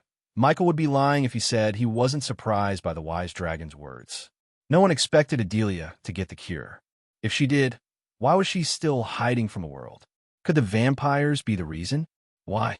The wise dragon's answer created many new questions in their heads. Where did she go next? I didn't need irrelevant, useless knowledge, such as her destination or her plans. Gaia's words were cut short by Michael. He raised his hand. Now it's your turn, said the wise dragon. Michael took a deep breath. It's searching for artifacts that hold some kind of energy within. It has found 12 artifacts until now and tasked me to find a remaining 18. The wise dragon's eyes went wide. Any oblivious man could tell the wise dragon was in shock. For a few moments, the dragon didn't even breathe. It just stood there like a statue in shock. If he tells us what he gave her, we might be able to find her, Gaia whispered to Michael. He was aware of that, but he doubted the wise dragon was kind enough to share that knowledge or any knowledge. He was a collector who hoarded valuable knowledge, and every collector has something that they wouldn't give it away no matter the price. Thank you for your help, wise dragon. If you may, we will take our leave. Michael slightly bowed. He was about to turn when the dragon took a step forward. Web-like cracks formed on the icy floor. Everything trembled. What the dash before she could finish her thought. Bone-chilling ice covered her. In a blink of an eye, she was crystallized and stuck inside an ice block with Nightmare on her shoulder. The wise dragon didn't give Michael time to react. Instead, it exhaled the chilling air that brushed past Michael, chaining his arms and legs to the floor beneath. Michael tried to wiggle the chains, yet he couldn't. I was right. You are special. I cannot risk you getting yourself killed. You should be in my collection. The wise dragon's tone completely changed. It sounded like a maniacal murderer instead of wise and calm. This chapter upload first at NovelBin. After I get everything you have, said the wise dragon. It double-crossed Michael. Nightmare and Gaia didn't move an inch. They were frozen inside the block of ice. The wise dragon moved its head left and right as though it was searching for something. But suddenly, it noticed the calmness on Michael's face. The wise dragon was surprised. It just froze his loved one. Anyone could tell Michael loved Gaia and Nightmare by the way he looked at them, let alone the wise dragon. Moreover, the wise dragon noticed the matching rings in their hands. It was evident the Naga and the human planned to marry each other. Yet, the human remained calm. He didn't scream her name or even turn back to look at her. All he did was remain calm. Aren't you going to beg for their lives and yours? Asked the wise dragon. For a wise dragon, you are pretty stupid, Michael snickered. The wise dragon bore its teeth in anger. Its eyes glowed with fury. Due to its anger, the temperature fell further down. As a result, a thick layer of ice formed on Michael's robes. You hoard knowledge. You do not share them. After all, you are a dragon, and dragons don't share. Even that little guy, Michael looked over his shoulder at Nightmare. Don't share anything easily. So I knew the double-cross was coming before you thought about double-crossing, said Michael, surprising the wise dragon. Ha. The wise dragon burst into laughter. His laugh echoed through the icy dome. So you should have known Adelia didn't leave this place alive, right? The wise dragon asked. She is alive, and we both know it, said Michael. Eladir created a rune that gets passed on from one wraith to another. According to Eladir, wherever a wraith dies, all their knowledge, ancestry, and their duty to the order would be passed to the next of kin. Suppose Adelia died. Gaia would have inherited everything through the rune. Since that didn't happen, Michael knew Adelia is still alive. Hey Ray, something you don't know, Michael slowly said. The wise dragon noticed the place growing darker and darker. Thunder rumbled in the sky above. Through the icy roof, the wise dragon saw streaks of lightning flash across the sky. Suddenly, the chains shackling the human cracked. To the wise dragon's utter shock, a dark flame coiled around his hands, melting the unbreakable icy chains. Furthermore, a dark shroud enveloped him. His robes soon transformed into black armor and a cape. Soon, a terrorizing dark skull mask covered his face. I am the god of darkness. The dark flames completely melted the icy chains. Thick bolts of lightning shot out of his body when Michael snapped his finger. The wise dragon was caught off guard. Michael was in his full Lucifer form. Hence, he became a half-immortal. The wise dragon's decision to stay in the fusion stage bit the dragon in the butt. It wanted to find a way to ensure its absolute safety when crossing the heavenly tribulation to reach the half-immortal stage. The sole reason the wise dragon chose to live in the treacherous ocean was it believed the dragon clan's disappearance held the answer to many questions related to the dragons. Unfortunately, the wise dragon wasn't so wise when it decided to double-cross Michael. Greediness blinded the dragon's brain. The wise dragon thought it could find some clues about the dragon clan through the Hydra slumbering in the southern continent. But it dared not to venture into the southern continent and ask the Hydra, because it was nothing but suicidal. So once the wise dragon learned the human had met and conversed with the Hydra, it wanted to capture him. A bad move. Now, the wise dragon had to pay for its mistakes. Crackling lightning bolts coiled around Michael, creating a buzzing sound of electricity. The dark flames covering him were hot enough to melt the block of ice Gaia was trapped within. Michael slowly walked toward the wise dragon. The lightning bolts shooting out from him hit the dragon left and right, without giving it any time to react. ARGH, the wise dragon screamed. You were right about one thing. The cultivation stage doesn't decide our powers. Who we are does, said Michael. Despite your size, power, and knowledge, I didn't want to know about you. Do you know why? Because to me, you're just a stupid, overgrown lizard. The number of lightning bolts that shot out from Michael's body increased significantly. Each bolt was powerful enough to penetrate the dragon's scales. Blood spurted out everywhere. I will make you a deal. Tell me what Adelia told you. Choose not to. Your pursuit of knowledge will end here. The novel will be updated first on this website. Come back and continue reading tomorrow, everyone. The novel will be updated first on this website. Come back and continue reading tomorrow, everyone. Chapter 676. God-killing arrows bombarded by the lightning bolts. The wise dragon finally fell to the ground. The ground shook and cracked open in multiple places. Plus, the shock wave sent Nightmare and Gaia stumbling back a few feet. Michael put his feet atop the wise dragon, pressing its head further down. The dragon tried to flap its wings to escape, but an invisible force prevented doing so. A sliver of fear slowly clutched the dragon's heart. The dragon no longer looked menacing. Instead, its round eyes gave a pitiful look. Seeing the wise dragon under Michael's feet, Gaia rushed toward the dragon. On her way, she herself transformed into the Dark Queen. You shouldn't have double-crossed us. Nightmare shook his head, almost feeling pity for the wise dragon. People who mess with them would face only one thing: death. Inside Michael's head, the system notification continuously rang without a stop. His badass points soared through from nearly 100,000 to 400,000.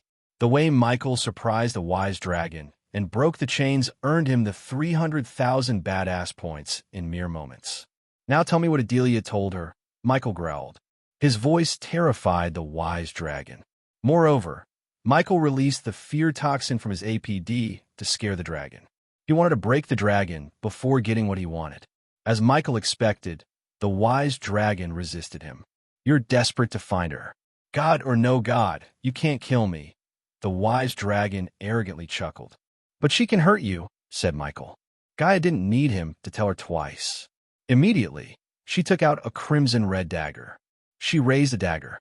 Without even Gaia telling, Nightmare breathed fire onto the dagger, turning the blade brighter and brighter. Gaia placed the burning hot dagger against the wise dragon's face, just a few inches beneath his eyes. "What dash?" Gaia stabbed the wise dragon, cutting its words short. Blood immediately spurted out from the wound. Michael saw the dagger for the first time. She told him about this dagger Gilrine gave her when she went hunting with him. Despite its rather ordinary look, the dagger was able to pierce through the dragon's scales. "Arg har!" The wise dragon screamed. It had been decades since the wise dragon had experienced pain.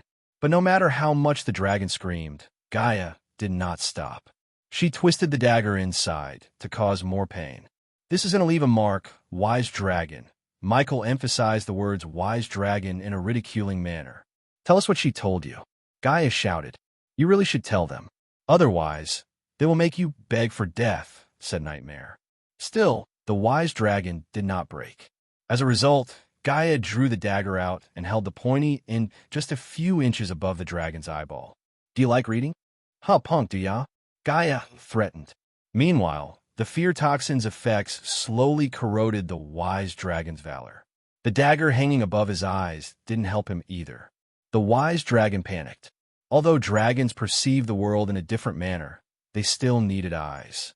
Without them, the dragons were as good as dead. How could he hoard knowledge without his eyes? The wise dragon trembled in fear. Seeing the fear in the dragon's eyes, Michael snickered. "Last chance. Unlike you, I don't double-cross. Tell us what Adelia told you, and it'll let you live." Gaia brought down the dagger, almost touching the dragon's eyeball. The wise dragon panicked. It trembled violently. Nonetheless, it couldn't even move a muscle, as though an invisible hand was pressing its body against the ground. I heard this line too many times. "You will let me go and shall stab me. Then, you will—" I didn't say anything about her killing you.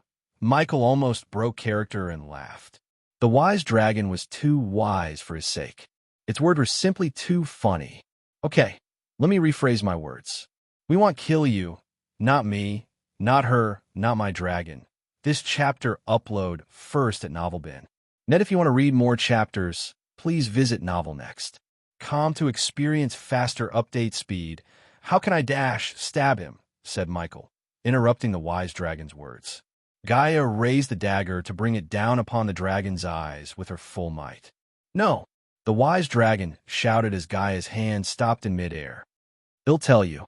Just don't hurt me. That's a good wise dragon." Michael patted the dragon's face. "She told me about the god-killing arrows forged by the Sky Hall founders." Michael creased his brows. "What else?" he growled. His voice became colder. "She said there are 5 arrows, each of them scattered around the world." "That's all I know," said the wise dragon. "But did you try to kill her as you did to us?" Gaia punched the wise dragon with the hilt of her dagger. Any dragon would have growled in fury if they weren't affected by the fear toxin. "Tell me more about these arrows, wise dragon." Michael moved closer to the wise dragon to look it in the eyes. I gave the cure to her. She teleported away. I don't know more." The wise dragon was wise enough not to mention it tried to kill her, resulting in Adelia using a teleportation scroll. "System, do you know anything about these arrows? Can you track them down?" Michael asked the system. He didn't see any other way to find them, as the wise dragon really seemed to have no idea about the arrow's location. The system level is too low to perform the task. Unfortunately, the system couldn't help Michael. However, the system has sent special arrays preventing normal teleportation scrolls. If she had used one despite the arrays, the space distortion would have left a mark in the wise dragon. Once the host pays 200,000 badass points and kills the dragon, the system can scan it to pinpoint Adelia's destination. From there, The host might get some answers surprisingly. The words followed after the system level was too low gave Michael a way to find Adelia. It wasn't much, but it was better than nothing. Michael immediately agreed to the system. You don't know anything more? Michael tilted his head. The wise dragon slowly nodded, wordlessly telling him no. Deal is a deal, Michael sighed. Gaia clenched her fist. She didn't want to let the backstabbing dragon live. She was about to disagree with Michael when she saw Michael place both his hands on the dragon's face. The dragon suddenly quivered. Soon, it frantically wriggled its body as its obsidian eyes turned white. Michael began to use the Soul Eater on the wise dragon. Even if the system didn't ask Michael to kill the dragon, he would have done it anyway. The moment the wise dragon decided to double-cross him, it sealed its own fate. Besides, Michael knew it was going to double-cross him. How? When he activated his X-ray vision, he noticed skeletons of various races trapped inside blocks of ice beneath the ice floor. The So dragon froze after one, gave him a piece of information. That was how the wise dragon remained the sole owner of such knowledge. But the wise dragon's karma caught up with it when it tried to do the same to Michael. Since the wise dragon was weakened by the lightning bolts and the fear toxin, it was easy for Michael to absorb the wise dragon's soul. He didn't get as much resistance as he got from the mutated dragon.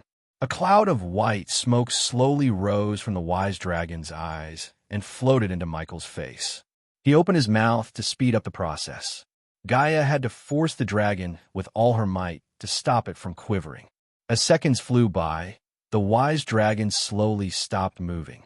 But unlike before, a bright light shot out of Michael, enveloping the wise dragon.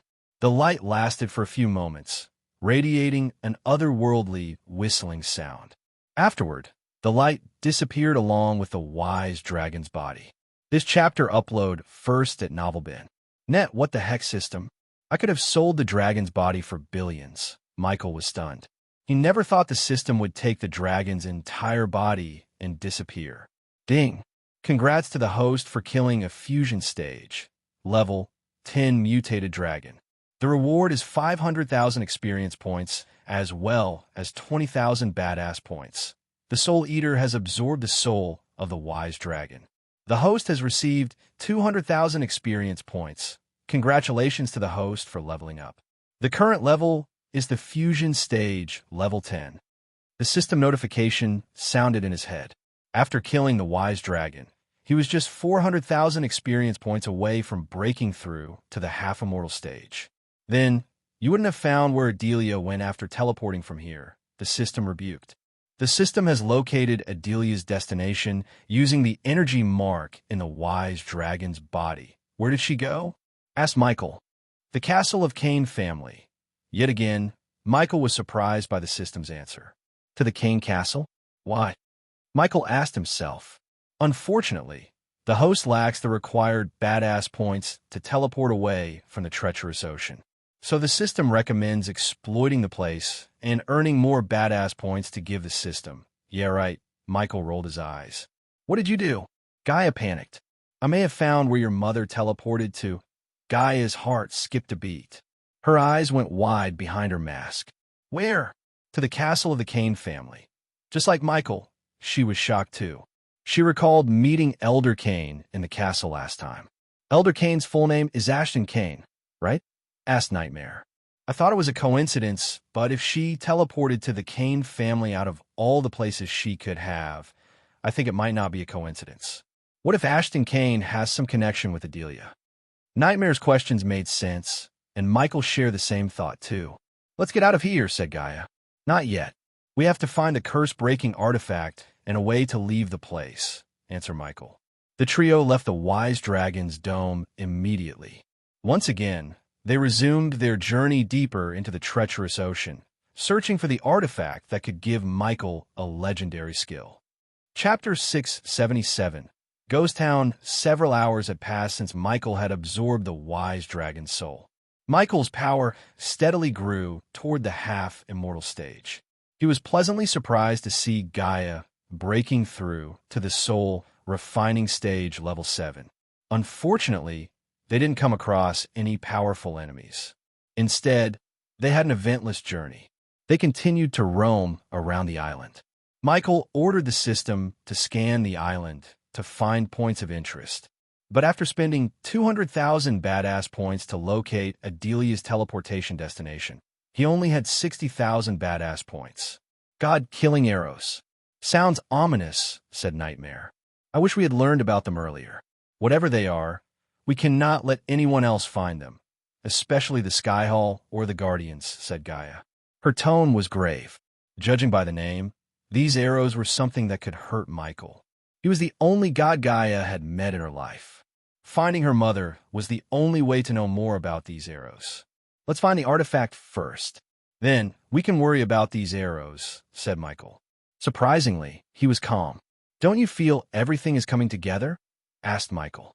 What do you mean? Asked Gaia. Wulfric finding my identity, Rowena pretending to be my friend, your mother being a vampire, the god killing arrows. Michael listed out the things in his mind. I feel like I won't be able to live 2 lives for longer. Michael's words shocked Gaia and Nightmare. Don't tell me you're planning to reveal yourself as the Dark Lord. The entire Skyhall will hunt you down. The last time I checked, we were not strong enough to take on the Skyhall, said Gaia. We can't take on the Skyhall, but we can hide from them. Michael started to form a plan if his identity got exposed. The war with Thusia might be a new beginning for him. Ironically, his life ended and started with Thusia. The history might repeat in a few months when he steps on a Thusia. System, are you powerful enough to hide me and my subordinates from the Skyhall? Michael prayed deep down for the system to say yes. His wish came true when the system answered him. Yes, the system would require 5 million badass points to hide your and your subordinates' presence from any surveillance spells and arrays. Michael was glad he has a way to hide from the Skyhall. Once we find Mother, she will know what to do next, Gaia said with absolute trust in her mother. We will. Nightmare brushed his head against Gaia's. He rested upon Gaia's shoulder, looking around the treacherous ocean. He was kind of curious to know why the Dragon Clan had disappeared from the face of the world. Moreover, what caused them to disappear? Each of them was in deep thought of their own. As they traveled in peace for almost an hour, they found themselves in a valley. For a moment, Michael thought it was an illusion, but it was not. They were actually looking at a lush green valley with several waterfalls around them. With creased brows, they entered the valley, expecting trouble any second. On the outside, the valley looked lush and beautiful. Even on a gloomy night, Michael could see the vegetation sprinkled around like dust of emerald. It was surprising to see a place like this in a treacherous ocean. The last time he visited with Layla, he didn't come across any places such as this. This chapter upload first at NovelBin. Net, if you want to read more chapters, please visit NovelNext.com to experience faster update speed. How could a single place have so many biomes? Michael asked himself. Look, Nightmare noticed something behind a boulder. He quickly pointed at the boulder to Michael and Gaia. They slowly made their way toward the boulder. The boulder was almost 8 feet tall and 6 feet wide. The round boulder hid something behind. When they reached the boulder, Michael slowly walked around the boulder. As they got closer to the boulder, the air smelled like rotten meat. It made Gaia twitch her nose a bit. There was a partially decayed body on the ground. Flies buzzed around the body. Judging by the decomposed rate, the body was a month older. Michael and Gaia squatted beside the body to inspect it. Although the robes were decomposed, they could make out a silver sword on the chest. It's the crest of Aragoth, said Gaia. Disciple or an elder? Asked Nightmare. Nightmare stared at the body from head to toe. Suddenly, his eyes squinted. He jumped on a body and placed his ear on the boat's chest. I don't sense any arch energy in this body whatsoever. Nightmare looked at Michael and Gaia with a bewildered look on his face. In this world, everything had a trace of arch energy radiation except the junk metal which Michael used to build his drones and spiders. Even a dead body would radiate a sliver of arch energy. However, Nightmare didn't sense any energy radiation from the body. Michael, Gaia furrowed her brows. She poked the dead boat's chest. Michael looked closer to see a hand imprint on the skin. It looked as though a fiery hand touched the man's chest when he was alive. She had seen the mark somewhere, but simply couldn't recall where she saw it exactly. What could leave a mark like this? Blood prints? Gaia tilted her head. No. Michael shook his head. Blood prints' corrosion would have corroded the body to the core. The mark may not be the cause of death. Michael gently lifted the body to take a look at his back. As Michael expected, he saw a deep stab wound on the back. Someone had stabbed the man from behind. Nightmare flapped his wings. From above, he looked around. His eyes fell on something written on the other side of the boulder. I may have found who killed him, said Nightmare. Both Michael and Gaia stood up before taking a few steps around the boulder. Shock and surprise emerged in their eyes. Noah. Noah's name was written on the boulder in blood. Michael shook his head. It's not Noah's style to stab someone in the back. Something else has happened here. Michael rubbed his chin. Soon after, he just shrugged. I have enough things of my own to worry about. Let's just tell the Aragoth and let them deal with this, said Michael. His words surprised Gaia. Aren't you curious about what Noah was doing in the treacherous ocean? No matter who the killer was, Noah was here. I have a bad feeling about this human. Michael halted his steps when he heard Gaia. She remembered where she had seen the mark previously. This chapter upload first at NovelBin. Net, read chapter 363 to refresh your memory. The mark, I've seen it before. Michael slowly turned around. Do you remember when I told you Noah possesses a skill to lock someone's cultivation? Michael recalled Gaia's tale of Noah taking away someone's cultivation level when she was in the fire realm. Since Michael had the system, he didn't worry about Noah's skill. Noah might be powerful and a god like him, but the system was on another level. Yes, Michael nodded. I think Noah took his cultivation, and someone else stabbed him to death. There is no use in fighting out his death, said Michael, looking at the dead body. My first priority is to find your mother. Even if Noah was here to do something important, I don't have enough time to take on a new task. What if he was here to take the curse-breaking artifact you're looking for? Asked Nightmare. Then let's hope he didn't get it, said Michael. He moved forward, leaving the body behind. Michael was in deep thought about the god killing arrows and Gaia's mother. He neither had time nor mind to waste on a new problem. Although Gaia had a bad feeling about the man's death, she knew Michael was right as always. She just followed Michael behind. To their surprise, the valley was void of any mutated beings. Hence, they had a peaceful and uneventful journey. Luckily for Michael, he found several rare herbs on the way. He took his time, harvesting everything. When he exited the valley, he collected more than 50 rare herbs. Each one could be sold for at least 1,000,000 coins in an auction. He planned to grow them in his herbal garden at the Sunrise Sect. As they exited the valley, they were welcomed by the familiar misty, desolate land. Everything was shrouded in thick white mist. But in the distance, Michael vaguely saw some buildings. Michael flew toward the buildings. The closer he got to the buildings, the clearer the surroundings became. A path led toward the buildings were torn to pieces by time. Grass filled the labyrinth of cracks, and sand covered whatever was left. Gardens once looked after and trimmed to perfection were now rough and overgrown, returning back to their chaotic natural state. "What is this place?" asked Gaia. Some doors were shut tightly, others were broken down. Some forcefully, and others had simply collapsed under their own weight as time continued to eat away at them. Many buildings stood precariously upright despite looking like they had no means to do so. It'd take just a slight nudge of a strong wind to tipple them all over. What looked like once a pleasant, quiet town was now completely reclaimed by nature. The creaking of wood and grinding of metal on metal was the only sounds in this town now. They were disturbing noises in a disturbing environment. The sense of fresh bread, various fruits, and all sorts of other foods might have filled the air of the place once. Right at this moment, there was only the smell of death. Although the place looked empty and desolate, Michael sensed several mutated beings around him. They had taken the damaged buildings as their home. "Human," Gaia whispered. "I know. Keep walking," Michael calmly said. The creaking noises sounded louder and louder. The mutated beings slowly woke up from their slumber to attack Michael. To Michael's surprise, the mutated beings didn't attack him as he expected. Instead, they watched Michael from the darkness of the broken homes. Suddenly, A strong gust of wind brushed past them. Michael sensed a powerful being for a moment. "There is something here." Nightmare wrapped his tail around Gaia's neck. The spooky surrounding and the eerie sounds made even Nightmare shudder in fear. The novel will be updated first on this website. Come back and continue reading tomorrow, everyone.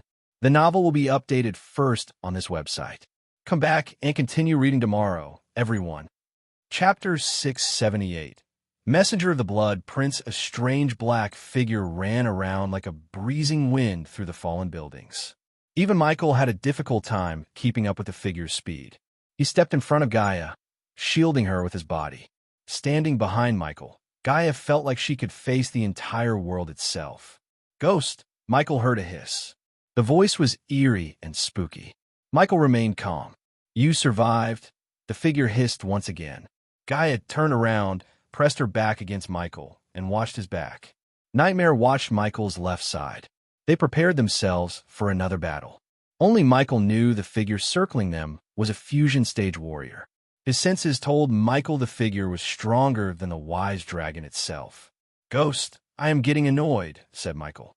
Without even Michael himself realizing it, he was slowly stepping into his godhood. The stronger he was, the more he acted like a god instead of a mortal. "Patience is a virtue," the voice whispered. "The Blood Prince," the figure's words surprised Michael. "Sent his regards." Suddenly, Michael noticed the figure dashing at him with the speed of lightning. Cling! Michael's instinct screamed at him as he raised his arm, retracting the black shield. The figure's steel-like claw hit the shield. Sparks flew in all directions. Michael and Gaia took a step back due to the force. "Funny," said Michael, looking around the ghost town. "I wanted to say the same." Once again, the figure dashed at Michael with speed beyond anyone Michael had ever faced. This time, however, Michael immediately cast the ring of fire. To Michael's surprise, the figure leaped over the burning fire circle and tried to attack Michael while moving upside down. Gaia was only able to see a blur. Michael blocked the figure's fist with his black shield. The sound of metal clashing resonated in the air. "He should crawl back into whatever hole he came from," said Michael after the figure disappeared into the mist. "I am here to send you into a hole," the figure whispered back. "No," Michael snickered. "You are here to make me stronger." This chapter upload first at NovelBin. Net, if you want to read more chapters, please visit NovelNext.com to experience faster update speed. After killing this stranger, probably the Blood Prince's henchman, Michael could start the heavenly tribulation to enter the half-immortal stage. For a normal cultivator, it was simply reaching the half-immortal stage. But to Michael, it was stepping into godhood. Half-immortal stage was the first step in becoming the god of darkness. The flame around Michael burning hotter and brighter. Due to the flames, the temperature around them increased by several degrees. Michael controlled the flames to send pulses of hot waves in a circle. The houses nearby them caught fire and started to burn with infuriating rage. As a result, the dark night turned brighter. Wood crackled under the scorching hot flame. A few disturbances were enough for the already shabby homes to collapse completely. Out of the blue, a steel arrow shot through the raging flames. The arrow didn't target Michael, but Nightmare, who sat atop Gaia's shoulder. Michael quickly reacted. He was fortunate to grab the arrow just an inch away from Nightmare's skull. Nightmare's eyes went wide when he saw the arrow's pointy head an inch away from his eyes. "Big mistake," growled Michael. "Coming here with them is," whispered the figure. Gaia quickly raised her hand, casting a defense shield around them, a misty green dome to protect them. Although the shield couldn't completely stop the spells cast by a fusion stage cultivator, the shield could absorb some force and energy to give them enough time to react. Michael's feet slowly rose from the ground. Little by little, he ascended to the sky. If the strange figure really wanted to kill him, he had to fight Michael in the air without hiding behind ruins. The figure didn't let Michael fly higher and higher. A flaming chain shot out from the ground, coiling around Michael's leg. Michael gritted his teeth. The chains burnt the skin on Michael's leg despite the robes. Controlling the pain, Michael lifted his leg high enough to grab the chain by his hand. He quickly conjured the dark flames disguised as emerald green flames. The dark flames protected Michael's hands. When Michael grabbed the chain, it melted due to the intense heat of the dark flame. Michael wrapped the chain around his wrist before pulling it up with enough force to lift the figure into the air. As Michael planned, the figure who held onto the other end of the chain flew straight into the air. For the first time, Michael was able to take a good look at the figure. The figure was thin as a stick who dressed in a long black coat without a shirt or anything to cover his upper body. However, his leather, slim-fit pants gave him the needed agility to run around. The man grinned devilishly. His black hair fluttered in the wind, just like his long black coat. In his hand, he held a pair of curved blades. The fangs were an obvious giveaway that the man was a vampire. To Michael, this vampire seemed different than the rest. Instead of asking any question, Michael raised his hand. Small golden lightning bolts danced around his wrist before shooting toward the vampire. "Don't you know my kind is immune to spells?" The vampire snickered. He didn't even bother to block the lightning bolts. Instead, he let the lightning bolts hit him. All the bolts hit the vampire right in the chest, but none could pierce his body. Gaia's eyes turned predatory. The images of the blood prince punching Michael flashed across her eyes. She wanted to rip the blood prince into pieces. Unfortunately, Gaia could sense she was not strong enough to face the vampire hovering in the air before her. This was Michael's kill. Spell or no spell. "You're going to die here," Michael said. He was nonchalant. Hearing Michael's words, the vampire grinned. To Gaia's surprise, the vampire multiplied himself. Countless copies of him materialized all around them. In a few moments, she was confused about which was the original. Each of the replicas grinned devilishly at Michael. Once again, Michael cast the ring of fire. The pulsating wave of flame shot out of Michael, burning the replicas. He used dark flames instead of normal flames. As a result, the replicas that stood within the spell's range turned into specks of light. Primordial flame. Michael heard the figure whisper. He sensed a sliver of shock in the figure's voice. "We have lived in the shadows for too long," the figure said.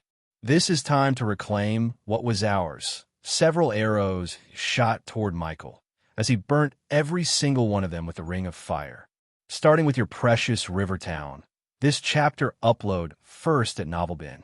Net Gaia felt rage coursing through her veins. On the other hand, Nightmare's body began to glimmer. He was just a few seconds away from breathing fire. But Michael remained calm. "You can burn it to the ground for all I care. But if you ever touch Thugia," the vampire noticed Michael's eyes turning predatory. "I will raise your kind to the ground." Since Michael was a perfect liar, the vampire believed him. Michael's facial expression was good enough to fool the vampire. The vampire felt as though it had found a weakness of Ghost. "Thugia." Michael shot a lightning bolt toward the vampire the moment it uttered the kingdom's name. "Don't say its name," Michael growled. Michael pretended to lose his calm. The vampire's devilish laughter echoed through the treacherous ocean. The sky flickered due to Michael's lightning bolts. Whenever Michael shot a bolt of lightning, the vampire let it hit him in the chest, and it laughed, seeing the lightning bolt had caused no damage. The battle continued for a few minutes in the air until the vampire opened his mouth. "It's a good run. We will meet soon." The vampire faded into thin air, leaving them behind. Even Michael didn't expect the vampire just to disappear. He was somewhat disappointed. He could have killed the vampire to trigger the heavenly tribulation, in his case, stepping into godhood. "How are these vampires going in and out of places that even we can't?" asked Nightmare. "They must have a teleporter," answered Gaia. Michael didn't say anything, but flew toward the tallest building in the ghost town. Judging by the tower and the building's architecture, it must have been a place where the people used to worship. The closeted thing Michael could compare the building was a church. The building's roof collapsed, and only one wall remained still, threatening to crumble down any second. There was only a large hole where the front door might have been. "Are we going inside?" asked Gaia. They landed before the entrance. Gaia looked inside to see nothing but ruins, wild veins, roots, and rotten logs. Michael floated a few inches above the ground to prevent their footsteps from knocking down the dominoes of a building. When he entered the building, the first thing he noticed was a 12 feet tall, broken statue of a dragon. Half of the dragon's body crumbled due to the time. It sat there with its wings closed, looking at the sky. Nightmare flew toward the statue from Gaia's shoulder. He noticed several holes and hollows on the statue with crumbs of gold. Nightmare knew whoever came before they picked the statue clean of its decorations. Michael couldn't help feeling a bit down for the dragons. Once a great and powerful clan turned into nothing but a trace of history. The remaining dragons had long forgotten their legacy and lived either as familiars or wild dragons that hoard valuables, such as the wise dragon. Nightmare landed before the statue. He lowered his head, bowing. Unlike Michael and Gaia, Nightmare felt the urge to worship the statue the moment he laid his eyes on it. "Will you two give me some time alone?" asked Nightmare. They sensed a tinge of sadness in his voice. Michael nodded before turning around. Gaia, on the other hand, wanted to sit beside the little dragon to console him. But Michael grabbed her hand and dragged her with him to explore the ruins. The novel will be updated first on this website. Come back and continue reading tomorrow, everyone. The novel will be updated first on this website. Come back and continue reading tomorrow, everyone. Chapter 679. Gift from the Dark Lord, leaving Nightmare to stay in silence and reflect on the Dragon Clan's disappearance.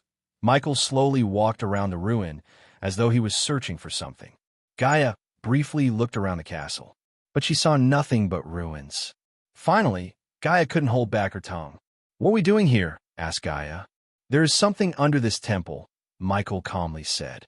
His words surprised Gaia. "So you're looking for a secret entrance?" asked Gaia. Michael nodded. "Look around. This place is in ruins. The entrance to the underground might have collapsed for all we know." Gaia was right. The lever to open up the underground chamber was long ago crumbled down. As a result, Michael had to look for an alternative way to open the entrance, which he needed to find out where. He could turn to the system, yet he chose not to until he couldn't find any other way. He was saving badass points in case he needed them when he's breaking through to the half-immortal stage. Despite her thought, Gaia still helped him by looking around, turning things, and searching for the entrance. "What about the statue? It's a classic act to hide the switch or the entrance within the statue," said Gaia. "It's pretty obvious, so the entrance won't be there," said Michael. He had already scanned the statue, finding no hidden mechanisms. They continued to roam around the temple until Gaia noticed a broken portrait hanging on the wall that stood still. She cautiously made her way to the portrait. She slowly removed the portrait from the wall. Nothing had happened as she expected. She turned around the portrait. When she removed the portrait, Michael saw a gentle heat inside the portrait with his thermal vision. He floated outward the portrait. The back of the portrait was a rough surface. On the corner, Michael noticed a half-an-inch hollow, the size of a thumb. "Nightmare, come here, buddy," Michael called out for Nightmare. It took Nightmare a few moments to open his eyes and fly toward Michael. "Are you all right?" asked Gaia. "Just felt bad for everything." Nightmare looked around. Michael grabbed Nightmare's arm and placed it on the hollow. Michael knew a fingerprint reader when he saw one. As Michael expected, when Nightmare's skin touched the portrait trembled. Gaia felt the portrait getting hotter and hotter to the point she had to take her hand off of it. Suddenly, a light shot out from the portrait toward the dragon statue. Then the light reflected on the statue to take a 60-degree turn. Michael moved the portrait a bit, but no matter where he moved the portrait, the light spotted the exact same location. "Nightmare, hold on to it," said Michael. He quickly flew toward the spotlight to investigate. Michael raised his palm toward the spotlight on the ground, sending a gust of wind to clean the dust and pebbles. After cleaning up, he noticed a tiny keyhole. Michael looked around the ruin once again. It would take ages to find the key if it was here. Finally, Michael willed the system to open this door. Since Michael had found the door and only needed a key, the system was only able to charge him 10,000 badass points. This chapter upload first at NovelBin. Net, if you want to read more chapters, please visit NovelNext.com to experience faster update speed Novel B. A couple of minutes later, a bright laser shot out from Michael's finger into the keyhole. The floor cracked as Michael heard something moving beneath him. Slowly, a handle emerged from the ground. Michael pulled it up to open the entrance to the underground. "Let's go," Gaia said. Nightmare followed Gaia behind. They saw Michael jump down into the hole first. Gaia followed him first, and Nightmare entered the hole last. At that moment, Michael fell down a dark hole with no light. Gaia increased her speed to reach Michael. She quickly conjured a ball of light to illuminate the place. The hole was deep enough for them to continuously freefall for almost a minute. Finally, thanks to the light, they were able to see the bottom. They landed on the ground with a small thud. The tunnel before them was the only way to move forward. Michael led Gaia and Nightmare into the tunnel. In addition to Gaia's light, there was another light source at the end of the tunnel. Moreover, Michael heard the rustling sound of a waterfall. They walked in silence. Unlike outside, Michael sensed no mutated beings around him. While following Michael, Gaia looked around at the drawings on the tunnel walls. Most of them depicted the war between the Dragon Clan and the Beastmen. "This place must be ancient," said Gaia, "and untouched." Nightmare pointed at a mud pot filled with gold chains, artifacts, and chalices. "Leave them alone for now. We'll loot this place on our way out," said Michael. He had noticed the mud pots filled with valuables. If his guess was right, these were the offerings to the dragon in that statue. There was at least 10 million worth of loot in the tunnel. He could sell them for more since they were ancient, and collectors in this world would pay any price for something found in the treacherous ocean. But Michael couldn't feel happier because all of his focus was on the energy source he's been sensing ever since he entered this ghost town. The source was getting closer. He could feel its pulsating energy. Is it first energy? Michael questioned himself. The last time he saw the first energy, he ended up soul-walking Layla and created a spirit child. Michael's train of thought was abruptly cut short by Gaia. "Human look." Michael turned around to see Gaia staring at something on the wall. Her eyes went wide, and Nightmare shared the same bewildered look. Because Michael was focused on the energy source, he failed to notice the drawings that drew Gaia's attention. Once Michael reached Gaia's side, he noticed a part of the wall painted in black paint in stark contrast to the rest of the brownish tunnel wall. The engravings on the wall reminded him of the engravings in the Shadow Realm. He creased his brows as he saw a cobra, a dragon atop the cobra's head, and a human walking engraved on the wall. The cobra definitely symbolized Gaia, as she was a Naga.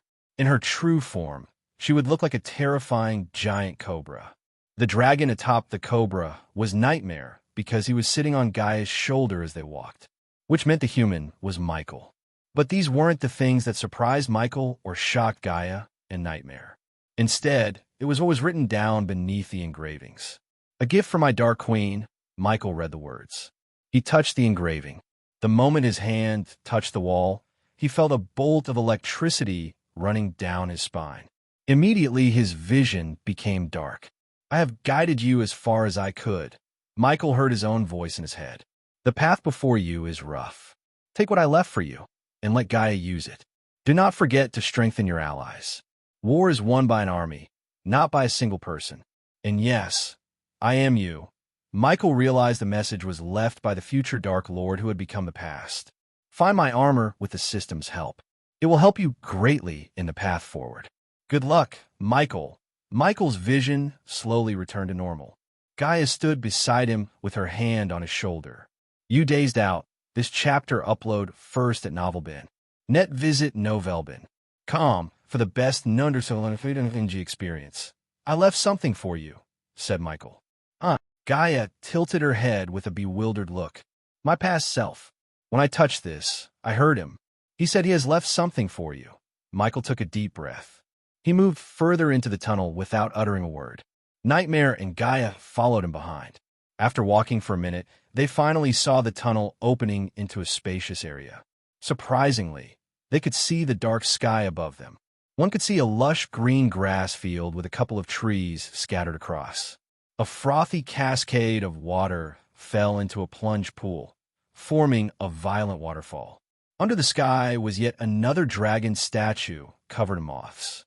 In their mouth, they saw a bright ball of energy. The light from the ball of energy lit the area bright.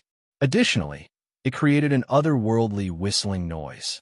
The pulsating energy could be felt from afar. What is that? Gaia's jaw dropped a couple of inches. She felt like the energy is calling her. Without her control, she started to walk toward the statue. Pure first energy, Michael recognized this energy. However, it differed from the first energy he came across with Layla. System, is this thing going to trigger something? Asked Michael. The energy has been purified and specifically modified to be absorbed by subordinate Gaia, said the system. Michael heard a tinge of surprise in the system's voice. But the system can sense a sliver of instability in the energy due to staying dormant for many years. What does that mean? That means once the subordinate Gaia has started to absorb the energy, it would create a shock wave that attracts the mutated beings in a mile radius toward you, said the system. Let them come. Gaia was just a couple of meters away from the statue when she turned around. Michael, what should I do? I feel like it's calling to me, said Gaia. Michael made his way toward her. He gently placed his hand on her shoulder. Cultivate that energy and do not stop under any circumstances until you've done, said Michael. With a nod, Gaia sat in a meditating position to start cultivating. Nightmare, get ready. This is going to get ugly. Michael unsheathed his swords. They were no special by any means. He got them from a Voldegard mansion. Meanwhile, Nightmare returned to his original size. The ground beneath him trembled as soon as Gaia began to absorb the energy. Michael immediately took out a fuel can from the system storage. He cast a lightning dash before pouring the fuel around them. Sparks flew out of Michael's fingers. He ignited the fuel with his dark flames. At that moment, countless thundering roars resonated throughout the area. Michael and Nightmare were poised to attack whatever comes toward them. Come on, come on, come on. Michael repeated the words, preparing himself for a bloody battle. Chapter 680. Fighting an army of mutated beings, Michael felt the energy getting denser in the atmosphere. When Michael looked over his shoulder, he noticed a sliver of pure, white energy enveloping her body. Gaia's power shot through the roof. Meanwhile, countless mutated beings of all shapes leaped to the ground from higher ground. They were surrounded. The only silver lining was this first wave only contained mutated beings at the core formation stage. But Michael sensed more powerful mutated beings approaching them. Nightmare flapped his wings, reaching the sky. He opened his mouth, breathing a crimson-red stream of fire onto the mutated beings. His dragon breath turned everything into ash. In a few seconds, Nightmare killed almost half of the mutated beings. After burning them to ashes, Nightmare landed near Gaia to protect her in case a mutated being sneaked past Michael and him. On the other hand, Michael did not move. Golden bolts of lightning crackled around his wrist. The buzzing sound from the bolts sounded louder and louder. Without moving an inch, Michael raised his sword as the bolts of lightning shot out from his words. The thick golden lightning bolt penetrated a couple of mutated beings at once. Their heads exploded as they hit the ground with a sickening thud. The light on Gaia's body glowed brighter, fighting the death range cast by Michael. The place almost looked black and fought due to the light conflict. At the same time, he cast a ring of fire. The pulsating fire was dark instead of crimson red. Michael did not hold back from using the dark flames. Even Nightmare's dragon breath took a couple of seconds to turn the mutated beings to ash, but the dark flames did the same in an instant. Michael's experience points rapidly climbed up. Finally, the first wave of mutated beings were all killed by Nightmare and Michael. Silence fell over them. Except for a howling wind and the shuddering sound of the waterfall, they heard nothing. For a few minutes, everything seemed calm. But Michael knew it was just the calm before the storm. Be ready. Michael looked at Nightmare. They're coming, said Michael. Nightmare nodded. He slowly ascended to the sky to get a good look at the mutated beings. When he reached the sky, he furrowed. There were at least 100 mutated beings swarming from every direction. Nightmare didn't fly toward them. Instead, Nightmare hovered over Gaia, waiting for the mutated beings to get closer. This time, Michael started the battle with the wind blast. He saw mutated humanoid beings running and some crawling toward him. They reached their hands out as though they wanted to rip out Michael's head. Most of the mutated beings were at the core strengthening stage, and some were at the soul refining stage. Michael immediately targeted the soul refining stage mutated beings. They weren't humanoid beasts. All the soul refining stage beings were some kind of four-legged beasts. They resembled rhinoceros on Earth, except these were taller than a typical man. The ground trembled as the army of mutated beings moved forward. Lightning dash. Michael disappeared from the place. He dashed at them, leaving streaks of golden lightning on his trail. Michael leaped into the air and brought down his fists.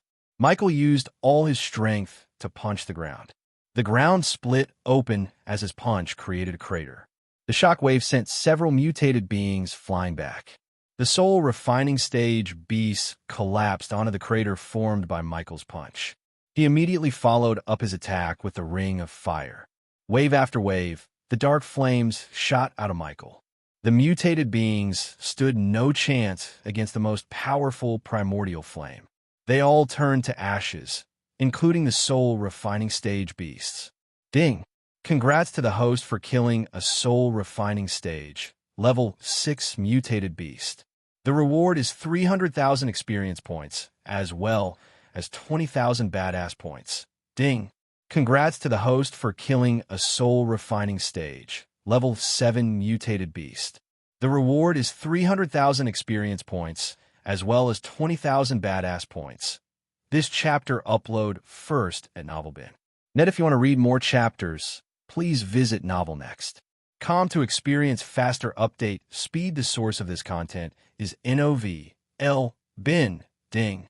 Congrats to the host for killing a soul refining stage, level 3 mutated beast. The reward is 300,000 experience points, as well as 20,000 badass points. Maximum experience points reached. The host has enough experience points to start the Heavenly Tribulation. Additional points will be stored in the system temporarily to be consumed after reeking through to the half-immortal stage. The system recommends the host find a safe place to start the tribulation. The tribulation must not be stopped for any reason. The system sounded in his head, but he ignored it because he was in the middle of a battle. Whether the battle was small or big, he always gave his full focus. Otherwise, a simple mistake could result in a catastrophe. On the side, Nightmare breathed fire in a circle. He kept the mutated beings at bay. Michael fully immersed himself in the battle. The more he fought, the darker the area became. Michael let his suppressed powers out, reaching his full potential.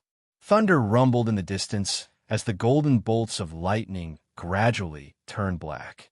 His speed increased to the point even Nightmare could only see the afterimages left behind by Michael. Dark ooze like blood spurted out as limbs and heads flew on the battlefield. Powerful crescent-shaped fire blades cut through the mutated beings like a hot knife through butter. Michael combined his spells to form new powerful spells. For instance, the fire blades were created by combining the ring of fire and wind blast. Michael killed all the soul refining stage rhinos except one. When Michael burnt the rest, it was far away from the reach of the ring of fire. Hence, it escaped the wrath of dark flames. The rhino's roar echoed through the battlefield. Michael and the beast made eye contact. Without wasting a moment, the rhino kicked the floor and jogged toward Michael. Everything that stood in its way got either crushed or thrown away. Tiny bolts of lightning began to crackle around Michael's feet. When Michael dashed forward, his speed created a sonic wave that blasted off everything around him. Nightmare could only see a streak of black lightning. Under Nightmare's gaze, the rhino and Michael clashed. Their collision created another shockwave. The ground around them formed several cracks. No one had seen Michael's fist meeting the rhino's face. Michael didn't hold back. His punch knocked down the mammoth of a rhino. Silenes, Michael cast the time-slowing spell for the first time. As soon as he cast the spell, everything in a 0.5-meter radius seemed to have been halted. The mutated beings, including the rhino, moved in slow motion. Michael used this momentary slowness to plunge his sword into the rhino's belly. His sword didn't go through easily, but Michael quickly covered his left fist with the dark flame and punched the rhino. The rhino's hide was strong, but not strong enough to withstand the dark flames. His fist created a hole in the rhino's belly. Quickly, Michael plunged his sword, cutting its innards. Moreover, Michael sent a thick bolt of lightning through the hall. Suddenly, the surroundings became normal. The rhino roared. It wasn't a roar of agony or pain, as the mutated beings felt neither. The roar contained pure hatred toward anything other than a mutated being. Michael cast the ring of fire without giving the rhino a chance to retaliate. Since Michael was standing close to the rhino, the dark flames didn't take much time, turning the rhino into a pile of hot ash. The dark flames swallowed the rhino and spat out nothing. Even the rhino's bones were turned to ashes. Any creature with a brain would have been terrified by Michael's kill. Unfortunately, the mutated beings lacked brain functionality. They kept coming at Michael as if nothing had happened. This chapter upload first at NovelBin. Net follow current novels on N0velbin.com. The dark flames pulsed out from Michael. Every time it pulsated, a wave of dark flames shot out, turning everything around him to ashes. Considering Michael had used the death range, he stepped onto the half-immortal stage. To a half-immortal, the core strengthening or soul refining stage, mutated beings were as weak as ants. Michael killed them all without breaking a sweat. The battle only lasted for another minute or two. In the second wave, Michael killed more mutated beings than Nightmare. Michael breathed heavily. He was covered entirely in dark ooze spurted out from the mutated beings. He slowly cleaned the sword blades on his elbow. Once the eerie silence had returned to the field, Michael landed just beside Gaia with a single leap. "How long will it take?" asked Nightmare. "Why? You have somewhere to be." Michael raised his brow. He was in a good mood after accumulating enough points to reach the half-immortal stage. Moreover, the battle was far from over. So right out of the bat, he could reach level 2 or 3 of the half-immortal stage, depending on the experience points cap. Michael noticed Gaia reaching soul refining stage 8, and her power kept increasing. He wondered how the past Dark Lord, who was himself, managed to refine the first energy. The only guess Michael had was the system. The duo patiently waited beside Gaia, regaining their strength. Michael emptied several revitalizing potions down his throat and tossed them in a Nightmare's mouth. Feeling the powerful energy radiation, Michael was tempted to use the Energy Devourer. However, he himself said he left this to Gaia. Hence, Michael withheld himself. Gaia must be as strong as him to face the foes ahead of him.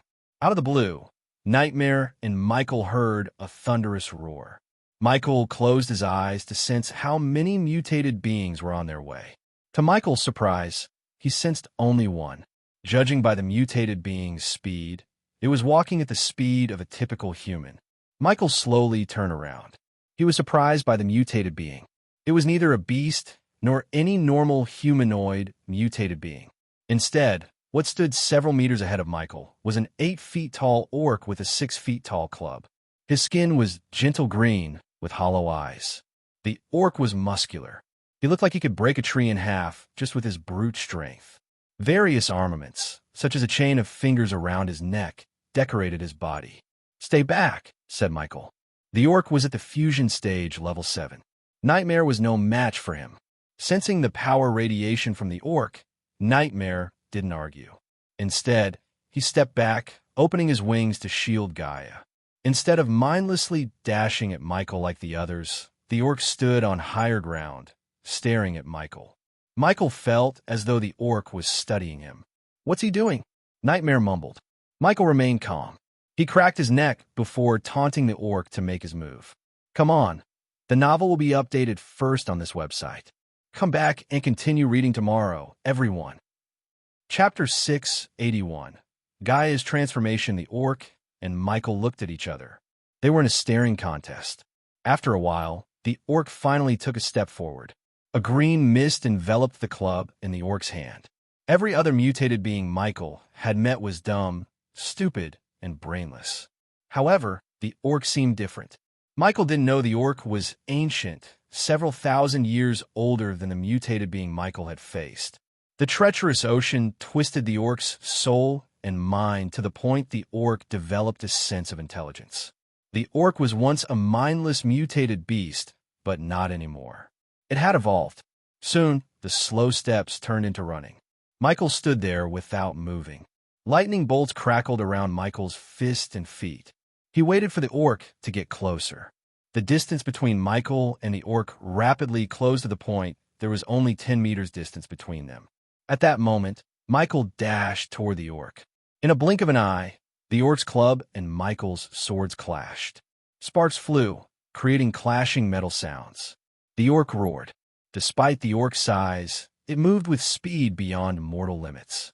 The orc swung his club left and right with no technique, but with brute force. A single blow could force a man's head to his chest cavity. Michael swayed his body to avoid the club. With lightning speed, Michael swung his swords. As Michael expected, the sword couldn't even scrap the orc's thick skin. He felt like he was trying to cut a concrete block. The orc quickly retaliated by throwing his fist at Michael. The latter barely evaded the punch. Suddenly, the orc roared. A powerful sonic wave shot out of its mouth and sent Michael flying for a couple of meters. "That's unexpected," said Michael when he landed on the ground. Michael was lucky to have the responsive shield in his arsenal. Otherwise, the sound wave shot out of the orc's mouth would have torn his eardrums and crushed a few bones. Still, the roar damaged Michael's organs a bit. The APD quickly pumped a healing potion into his bloodstream, keeping Michael in perfect shape. Michael took a deep breath. He threw away the two swords because they were useless in this fight. Instead of using swords, Michael conjured the dark flames. He covered his fist with the dark flames. The flame burned off his sleeves. Michael felt powerful and badass with the flaming fists. "Let's see how thick your skin is," Michael snickered. Yet again, Michael dashed at the orc. If there was no light coming from the energy behind Michael, he would have been stronger. Complete darkness with no light would boost Michael's strength several times. Nonetheless, Michael was more than strong enough to fight the orc.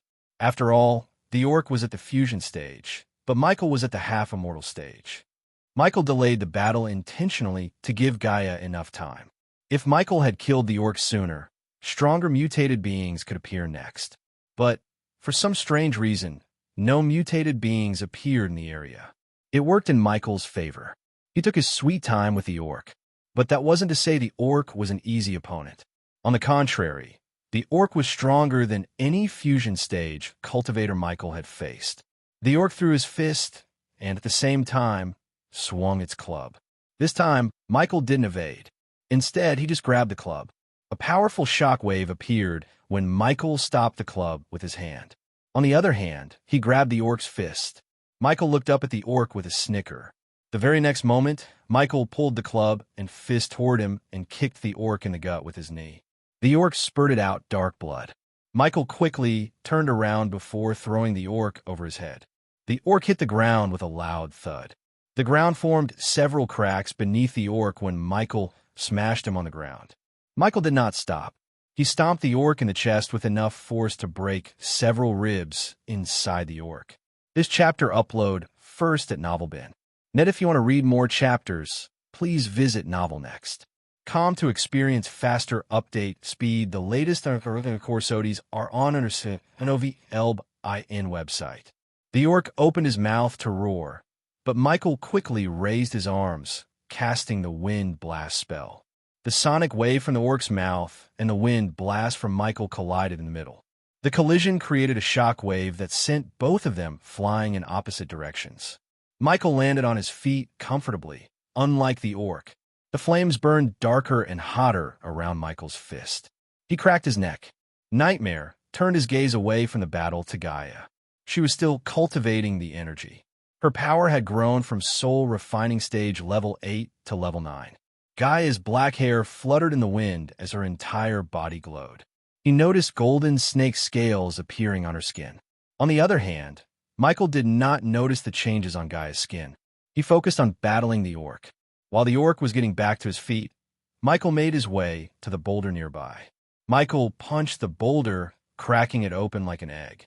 He grabbed the two large pieces of the boulder, lifted them up, and threw them toward the orc. Seeing the two large stones flying toward him, the orc quickly raised his hands in front of his face. The two boulders hit the orc before scattering into pieces. The orc was thrown backward by force. When he lowered his arms, Michael was in the air. He fired lightning bolts one after another.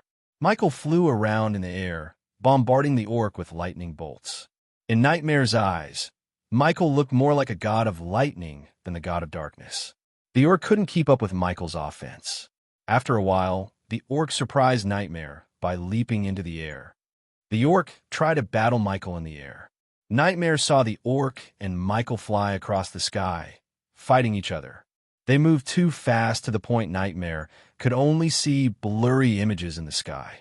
The battle between the orc and Michael continued for nearly 15 minutes. Michael dragged the fight as long as he could. Although the orc began to fight aggressively, like a wounded animal, Michael remained unscathed. To Michael's surprise, Gaia rapidly reached higher and higher in cultivation power. He thought she would stop breaking through once she had reached the fusion stage level 3 or 4. On the contrary, her absorption of the energy increased by several folds. She climbed up the cultivation without slowing down. Fusion stage level 3, fusion stage level 4, fusion stage level 5, fusion stage level 6. Her power soared through the roof. Nightmare had a difficult time breathing, standing beside Gaia. In the air, the battle continued. The orc was in much more rough shape than before. His entire body was riddled with burning wounds caused by Michael's flaming fists. Yet, despite all the wounds and broken bones, the orc continued to fight with new vigor.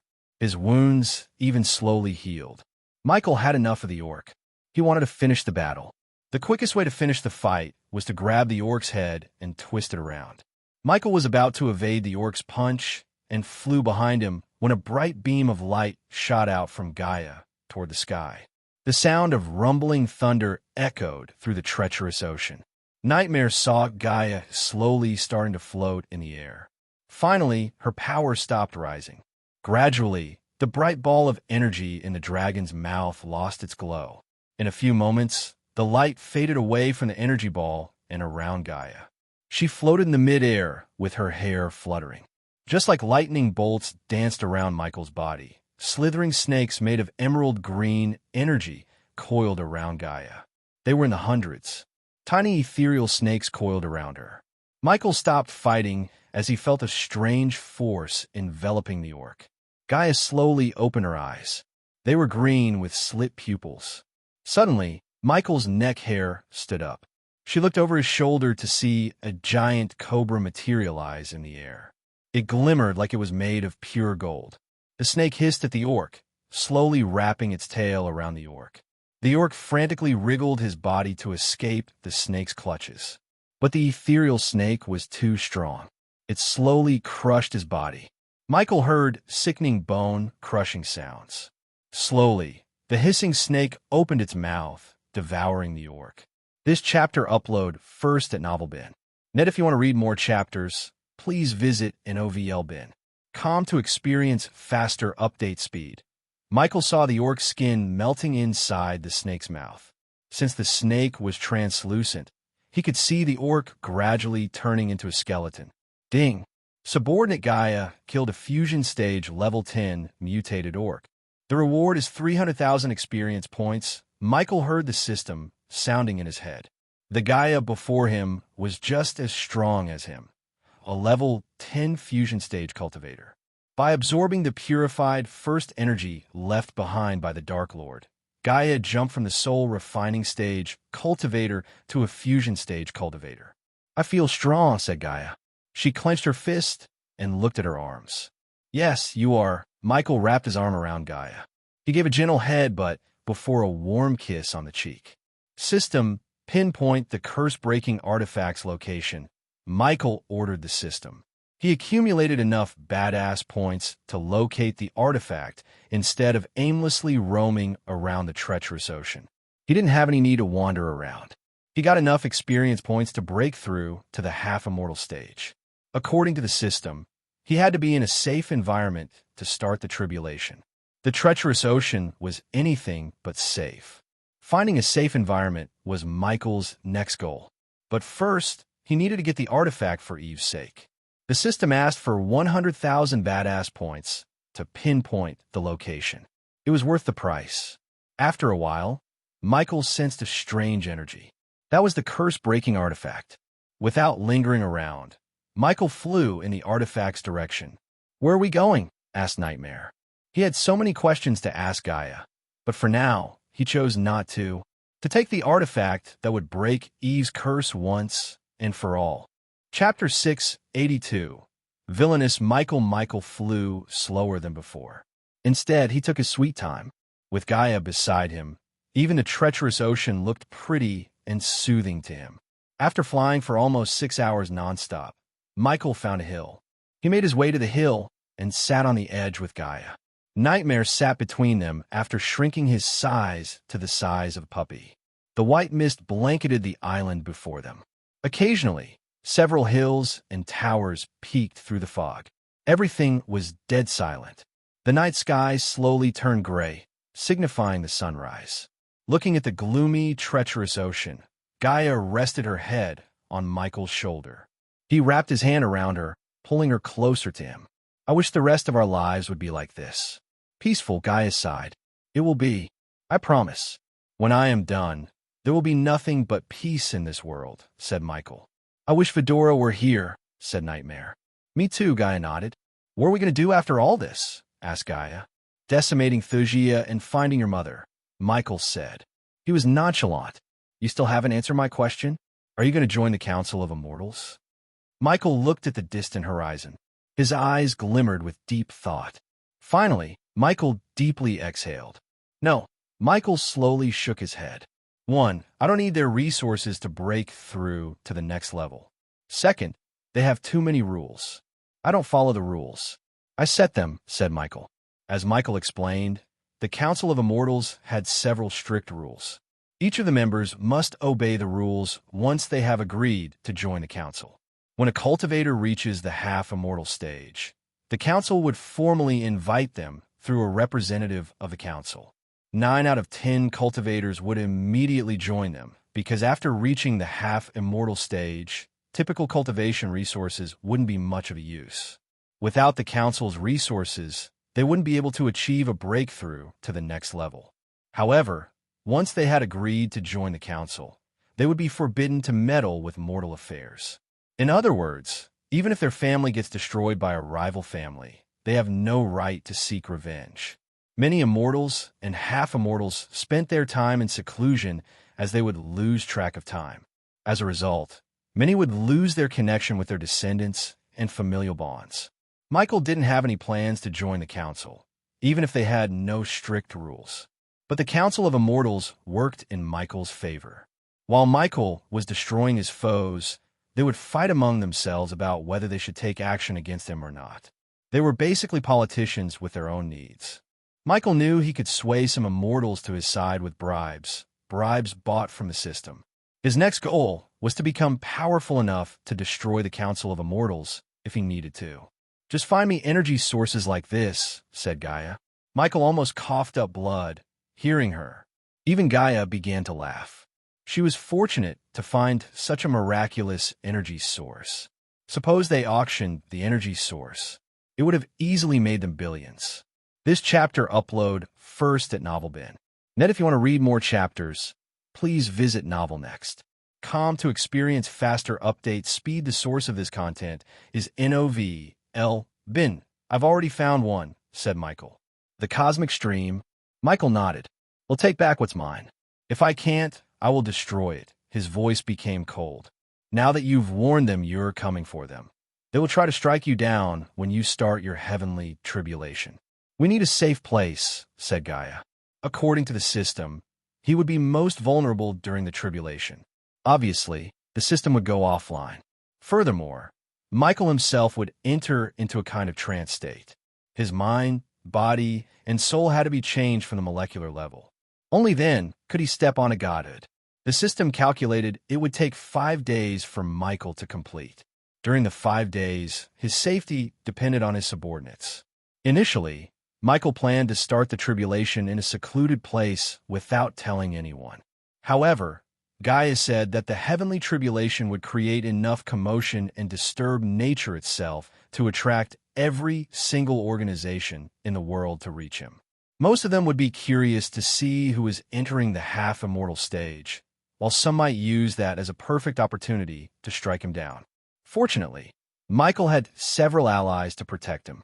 The Kane family, Aragoth, Kingdom of Royal Land, Malin family, and Silvermoon sect.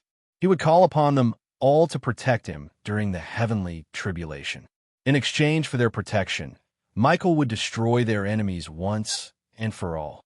There was only one problem with calling out his allies. If by some means his identity got exposed, his allies would pay a hefty price for supporting the Dark Lord. We still have no idea how many rogue half-immortals the Guardian Guild has, asked Michael. Rogue ones were cultivators who chose not to join the council. Just like Michael, they had their own plans. Especially, a powerful organization such as the Guardians had rogue ones to protect themselves in case someone like Michael chose to attack them. Usually, these rogues would cultivate in the coal mountains. Their organization would provide them with the resources instead of the council. Every organization had these rogues, but kept the information sealed. These rogues were usually several hundred years old or more. They keep that as a secret. But we might be able to get something from the elf, said Gaia. By elf, she meant Lord Information. Michael doubted Lord Information could have that information, but it wouldn't hurt to try. After spending some time in peace, Michael stood up. Once again, they resumed the journey toward the artifact. On their way, they met several mutated beings in the sky. Gaia took care of them in a few seconds with new vigor. Even the fusion stage beasts didn't stand a chance against Gaia. Eventually, the trio reached a forest. The forest was far-reaching, impenetrable, and ancient. Its canopy was contested by larch, spruce, and elm, which gave just enough light a chance to descend for a collection of herbs to use the moist and fertile bottom layer below. Thin branches embraced many trees, and various flowers, which desperately tried to claim the last remnants of light, caught attention in the otherwise unvarying scenery. A mishmash of noises, predominantly those of critters, reverberated through the air and added to the sounds of occasional sounds of breaking twigs beneath the feet of Michael, Gaia, and Nightmare. Fearing they might miss the artifact if they flew above the forest, they chose to walk through the thicket. Michael sensed the artifact getting closer and closer to him. He wondered what this artifact that would make him break any curses was. Once he gets this artifact, he could break not only Eve's curse, but also Claire's grandfather's too. Additionally, Michael planned to find more information about Claire's mother. Michael walked through the thicket until he saw an abandoned cabin. Nature had long claimed the cabin to itself. The small cabin was completely riddled with veins, roots, and a thick green blanket.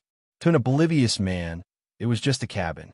Gaia couldn't sense any energy radiation from the cabin at all. Even Nightmare, who perceived the world with a different view, couldn't tell there was a powerful magical artifact inside. To Michael's surprise, there were no traps or arrays around the cabin. There it is, said Michael. The trio slowly headed toward the cabin. The cabin door slowly creaked open. Gaia conjured a ball of fire to light the cabin. The cabin was just as gloomy and abandoned inside as it was on the outside. It was empty with no furniture. The wooden cabin creaked with every step Michael took forward. Michael looked around. He sensed the artifact in the cabin, but he couldn't see it with his eyes. This chapter upload first at NovelBin. Net new novel chapters are published on NovelBin. Michael, Gaia called out from Michael. As far as she could tell, there was nothing in the cabin. Before uttering a word, Michael activated his X-ray eyes. He searched for a heat signature in the room. As Michael expected, something glowed on one of the walls. It took Michael a couple of steps to reach the wall. Michael saw a rune glowing with his X-ray eyes. He wasn't an expert in runes, so Michael decided to order the system to break the rune. System, break this, ordered Michael. Surprisingly, The system only asked for 10,000 badass points. It already took enough to locate the artifact. The moment he willed the system, Michael sensed another being appearing in the cabin. "Look out!" Gaia quickly warned Nightmare. The bow and arrow materialized in her hand in a blink of an eye. When Michael slowly turned around, he saw a ghostly figure of an elf floating in the middle of a room. Just like any other elf, the man had pointy ears and golden hair and wore azure robes. He looked at Michael with a strange look in his eyes. "You're not the chosen one," said the elf. Michael remained calm. After a while, a grin emerged on his face. "Well, I'm the one who's here," said Michael. "Who are you?" asked Gaia. "Leave." Instead of answering Gaia, the elf answered with killing intent. His voice sounded loud and threatening. "Funny, I was about to say that," Michael calmly said. He started to walk around the elf with his hands behind his back. "I don't give a damn about the chosen one. I am here to take what's mine, yours." The elf's ghostly face twitched. His eyes glimmered with fury. "I created the staff. You have no right to it," the elf snarled. "Oh, I am scared," Michael ridiculed the elf. "You're just a soul piece. In a few minutes, your protective runes will be destroyed, and I will get your staff," said Michael. For a moment, the elf didn't respond to his words, as he was too furious. "Don't worry. I'm going to do you a favor. It's going to sound villainous, but I will absorb you. So you and your staff kind of belong to me now. The novel will be updated first on this website. Come back and continue reading tomorrow, everyone." Chapter 683. War with One Man in the capital of New Thusia. A castle with 7 massive, round towers had been built on various tactical spots for an ideal defense that stood majestically. Each tower was tall enough to touch the clouds. They were connected by high, wide walls made of white stone. Stylish windows scattered thinly around the walls in seemingly perfect symmetry, along with same-sized holes for archers and artillery. A great gate with giant metal doors and archer holes guarded the castle. Several groups of heavily armored soldiers guarded the bridge across the moat. The bridge was the only way to get inside the castle by the ground. Every inch of the castle was protected by powerful arrays and runes. Various large houses were scattered outside the castle gates. Surprisingly, the rich were comfortable with living outside the gates as well. This castle was relatively new, but so far it stood its ground with ease, and it'd likely do so for ages to come. Nonetheless, the castle was still in the early stages of construction. There were still many things left to build. The royal family of Thusia aimed to make the castle the biggest and the grandest castle in the entire world. They wanted to rival the castle of our Empress herself. Even in the early stages, the castle made many castles in the world look pale in comparison.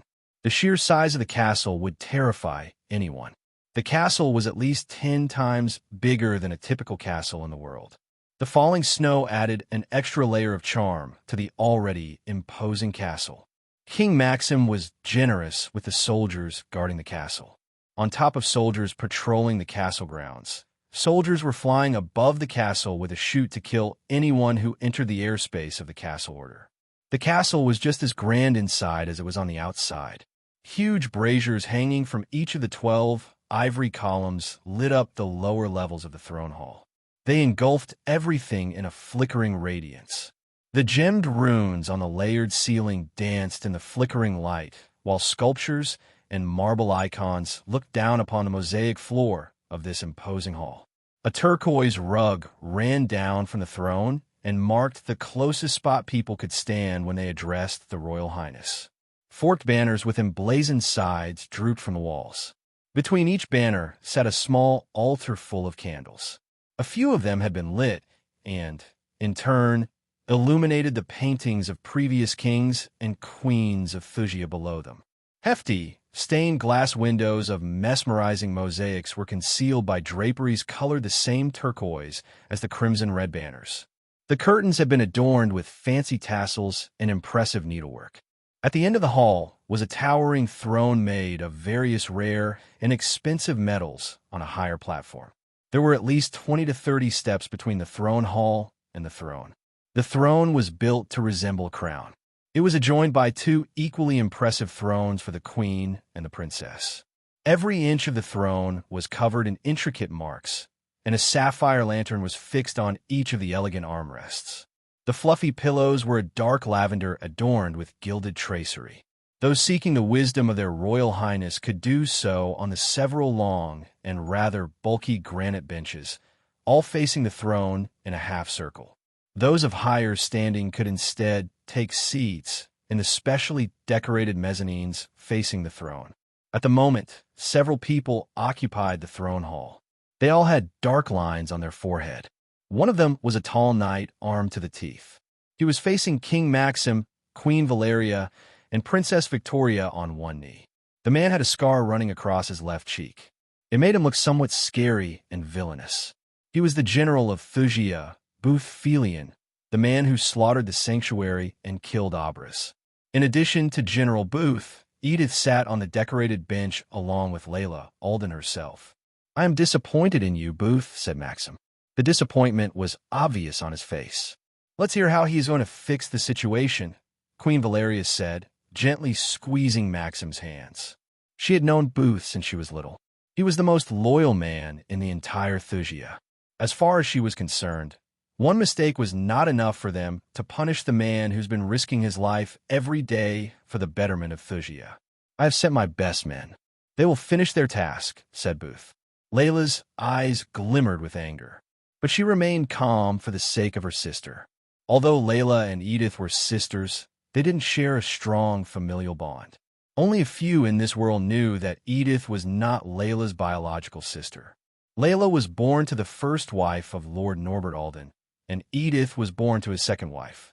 Almost after 25 years, Norbert married Edith's mother, and she was born a year later. By that time, Layla had already left her homeland and secluded herself in the outside world. Yet, despite everything, Layla did love Edith.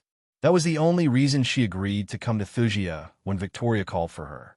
On one hand, Layla had to think about Edith and save her. On the other hand, she had Ghost, the father of her spirit child, to think about. This chapter upload first at NovelBin. Net, if you want to read more chapters, please visit Novel Next.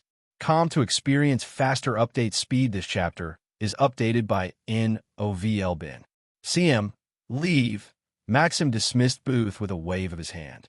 Since Layla and some other prominent figures of Thusia were in the hall, he couldn't talk freely with Booth. Victoria waited till General Booth left the hall. Afterward, she turned her gaze toward Layla. "Thank you for coming here, Lady Alden. Your actions have put my sister in danger." "So yes, I had to come."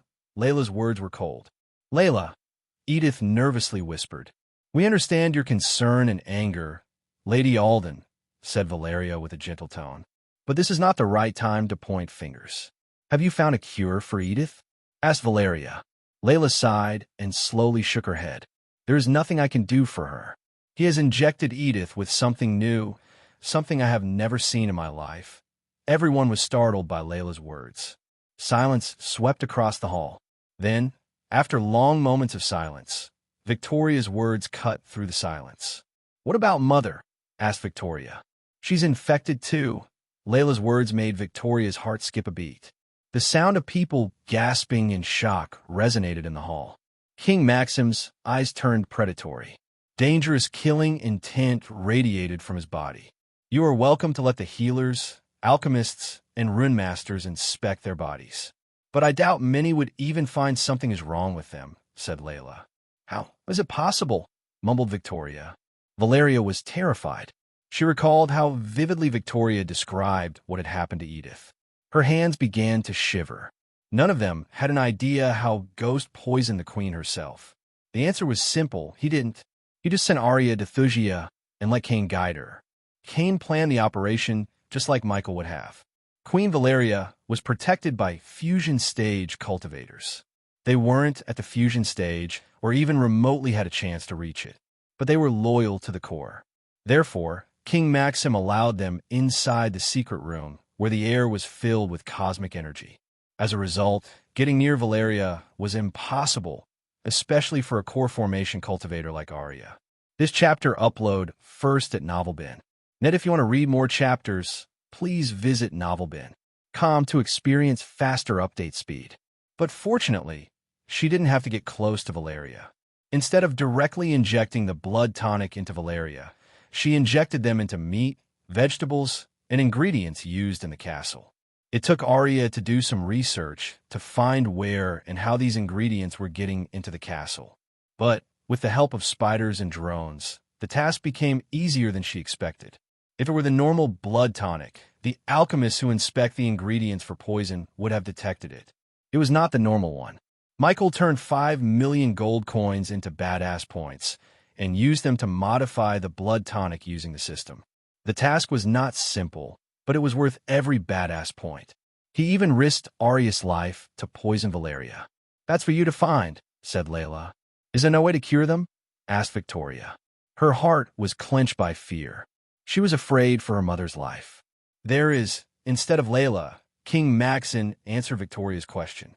"We kill him," said King Maxim. "I will personally claim his head and end this threat once and for all," said Maxim. Deep down, he would sacrifice both Edith and Valeria in a heartbeat to achieve his goal, which was to conquer the entire world. Their lives would be the price he had to pay for domination. "I don't care what you did to him, but he is coming for a payback.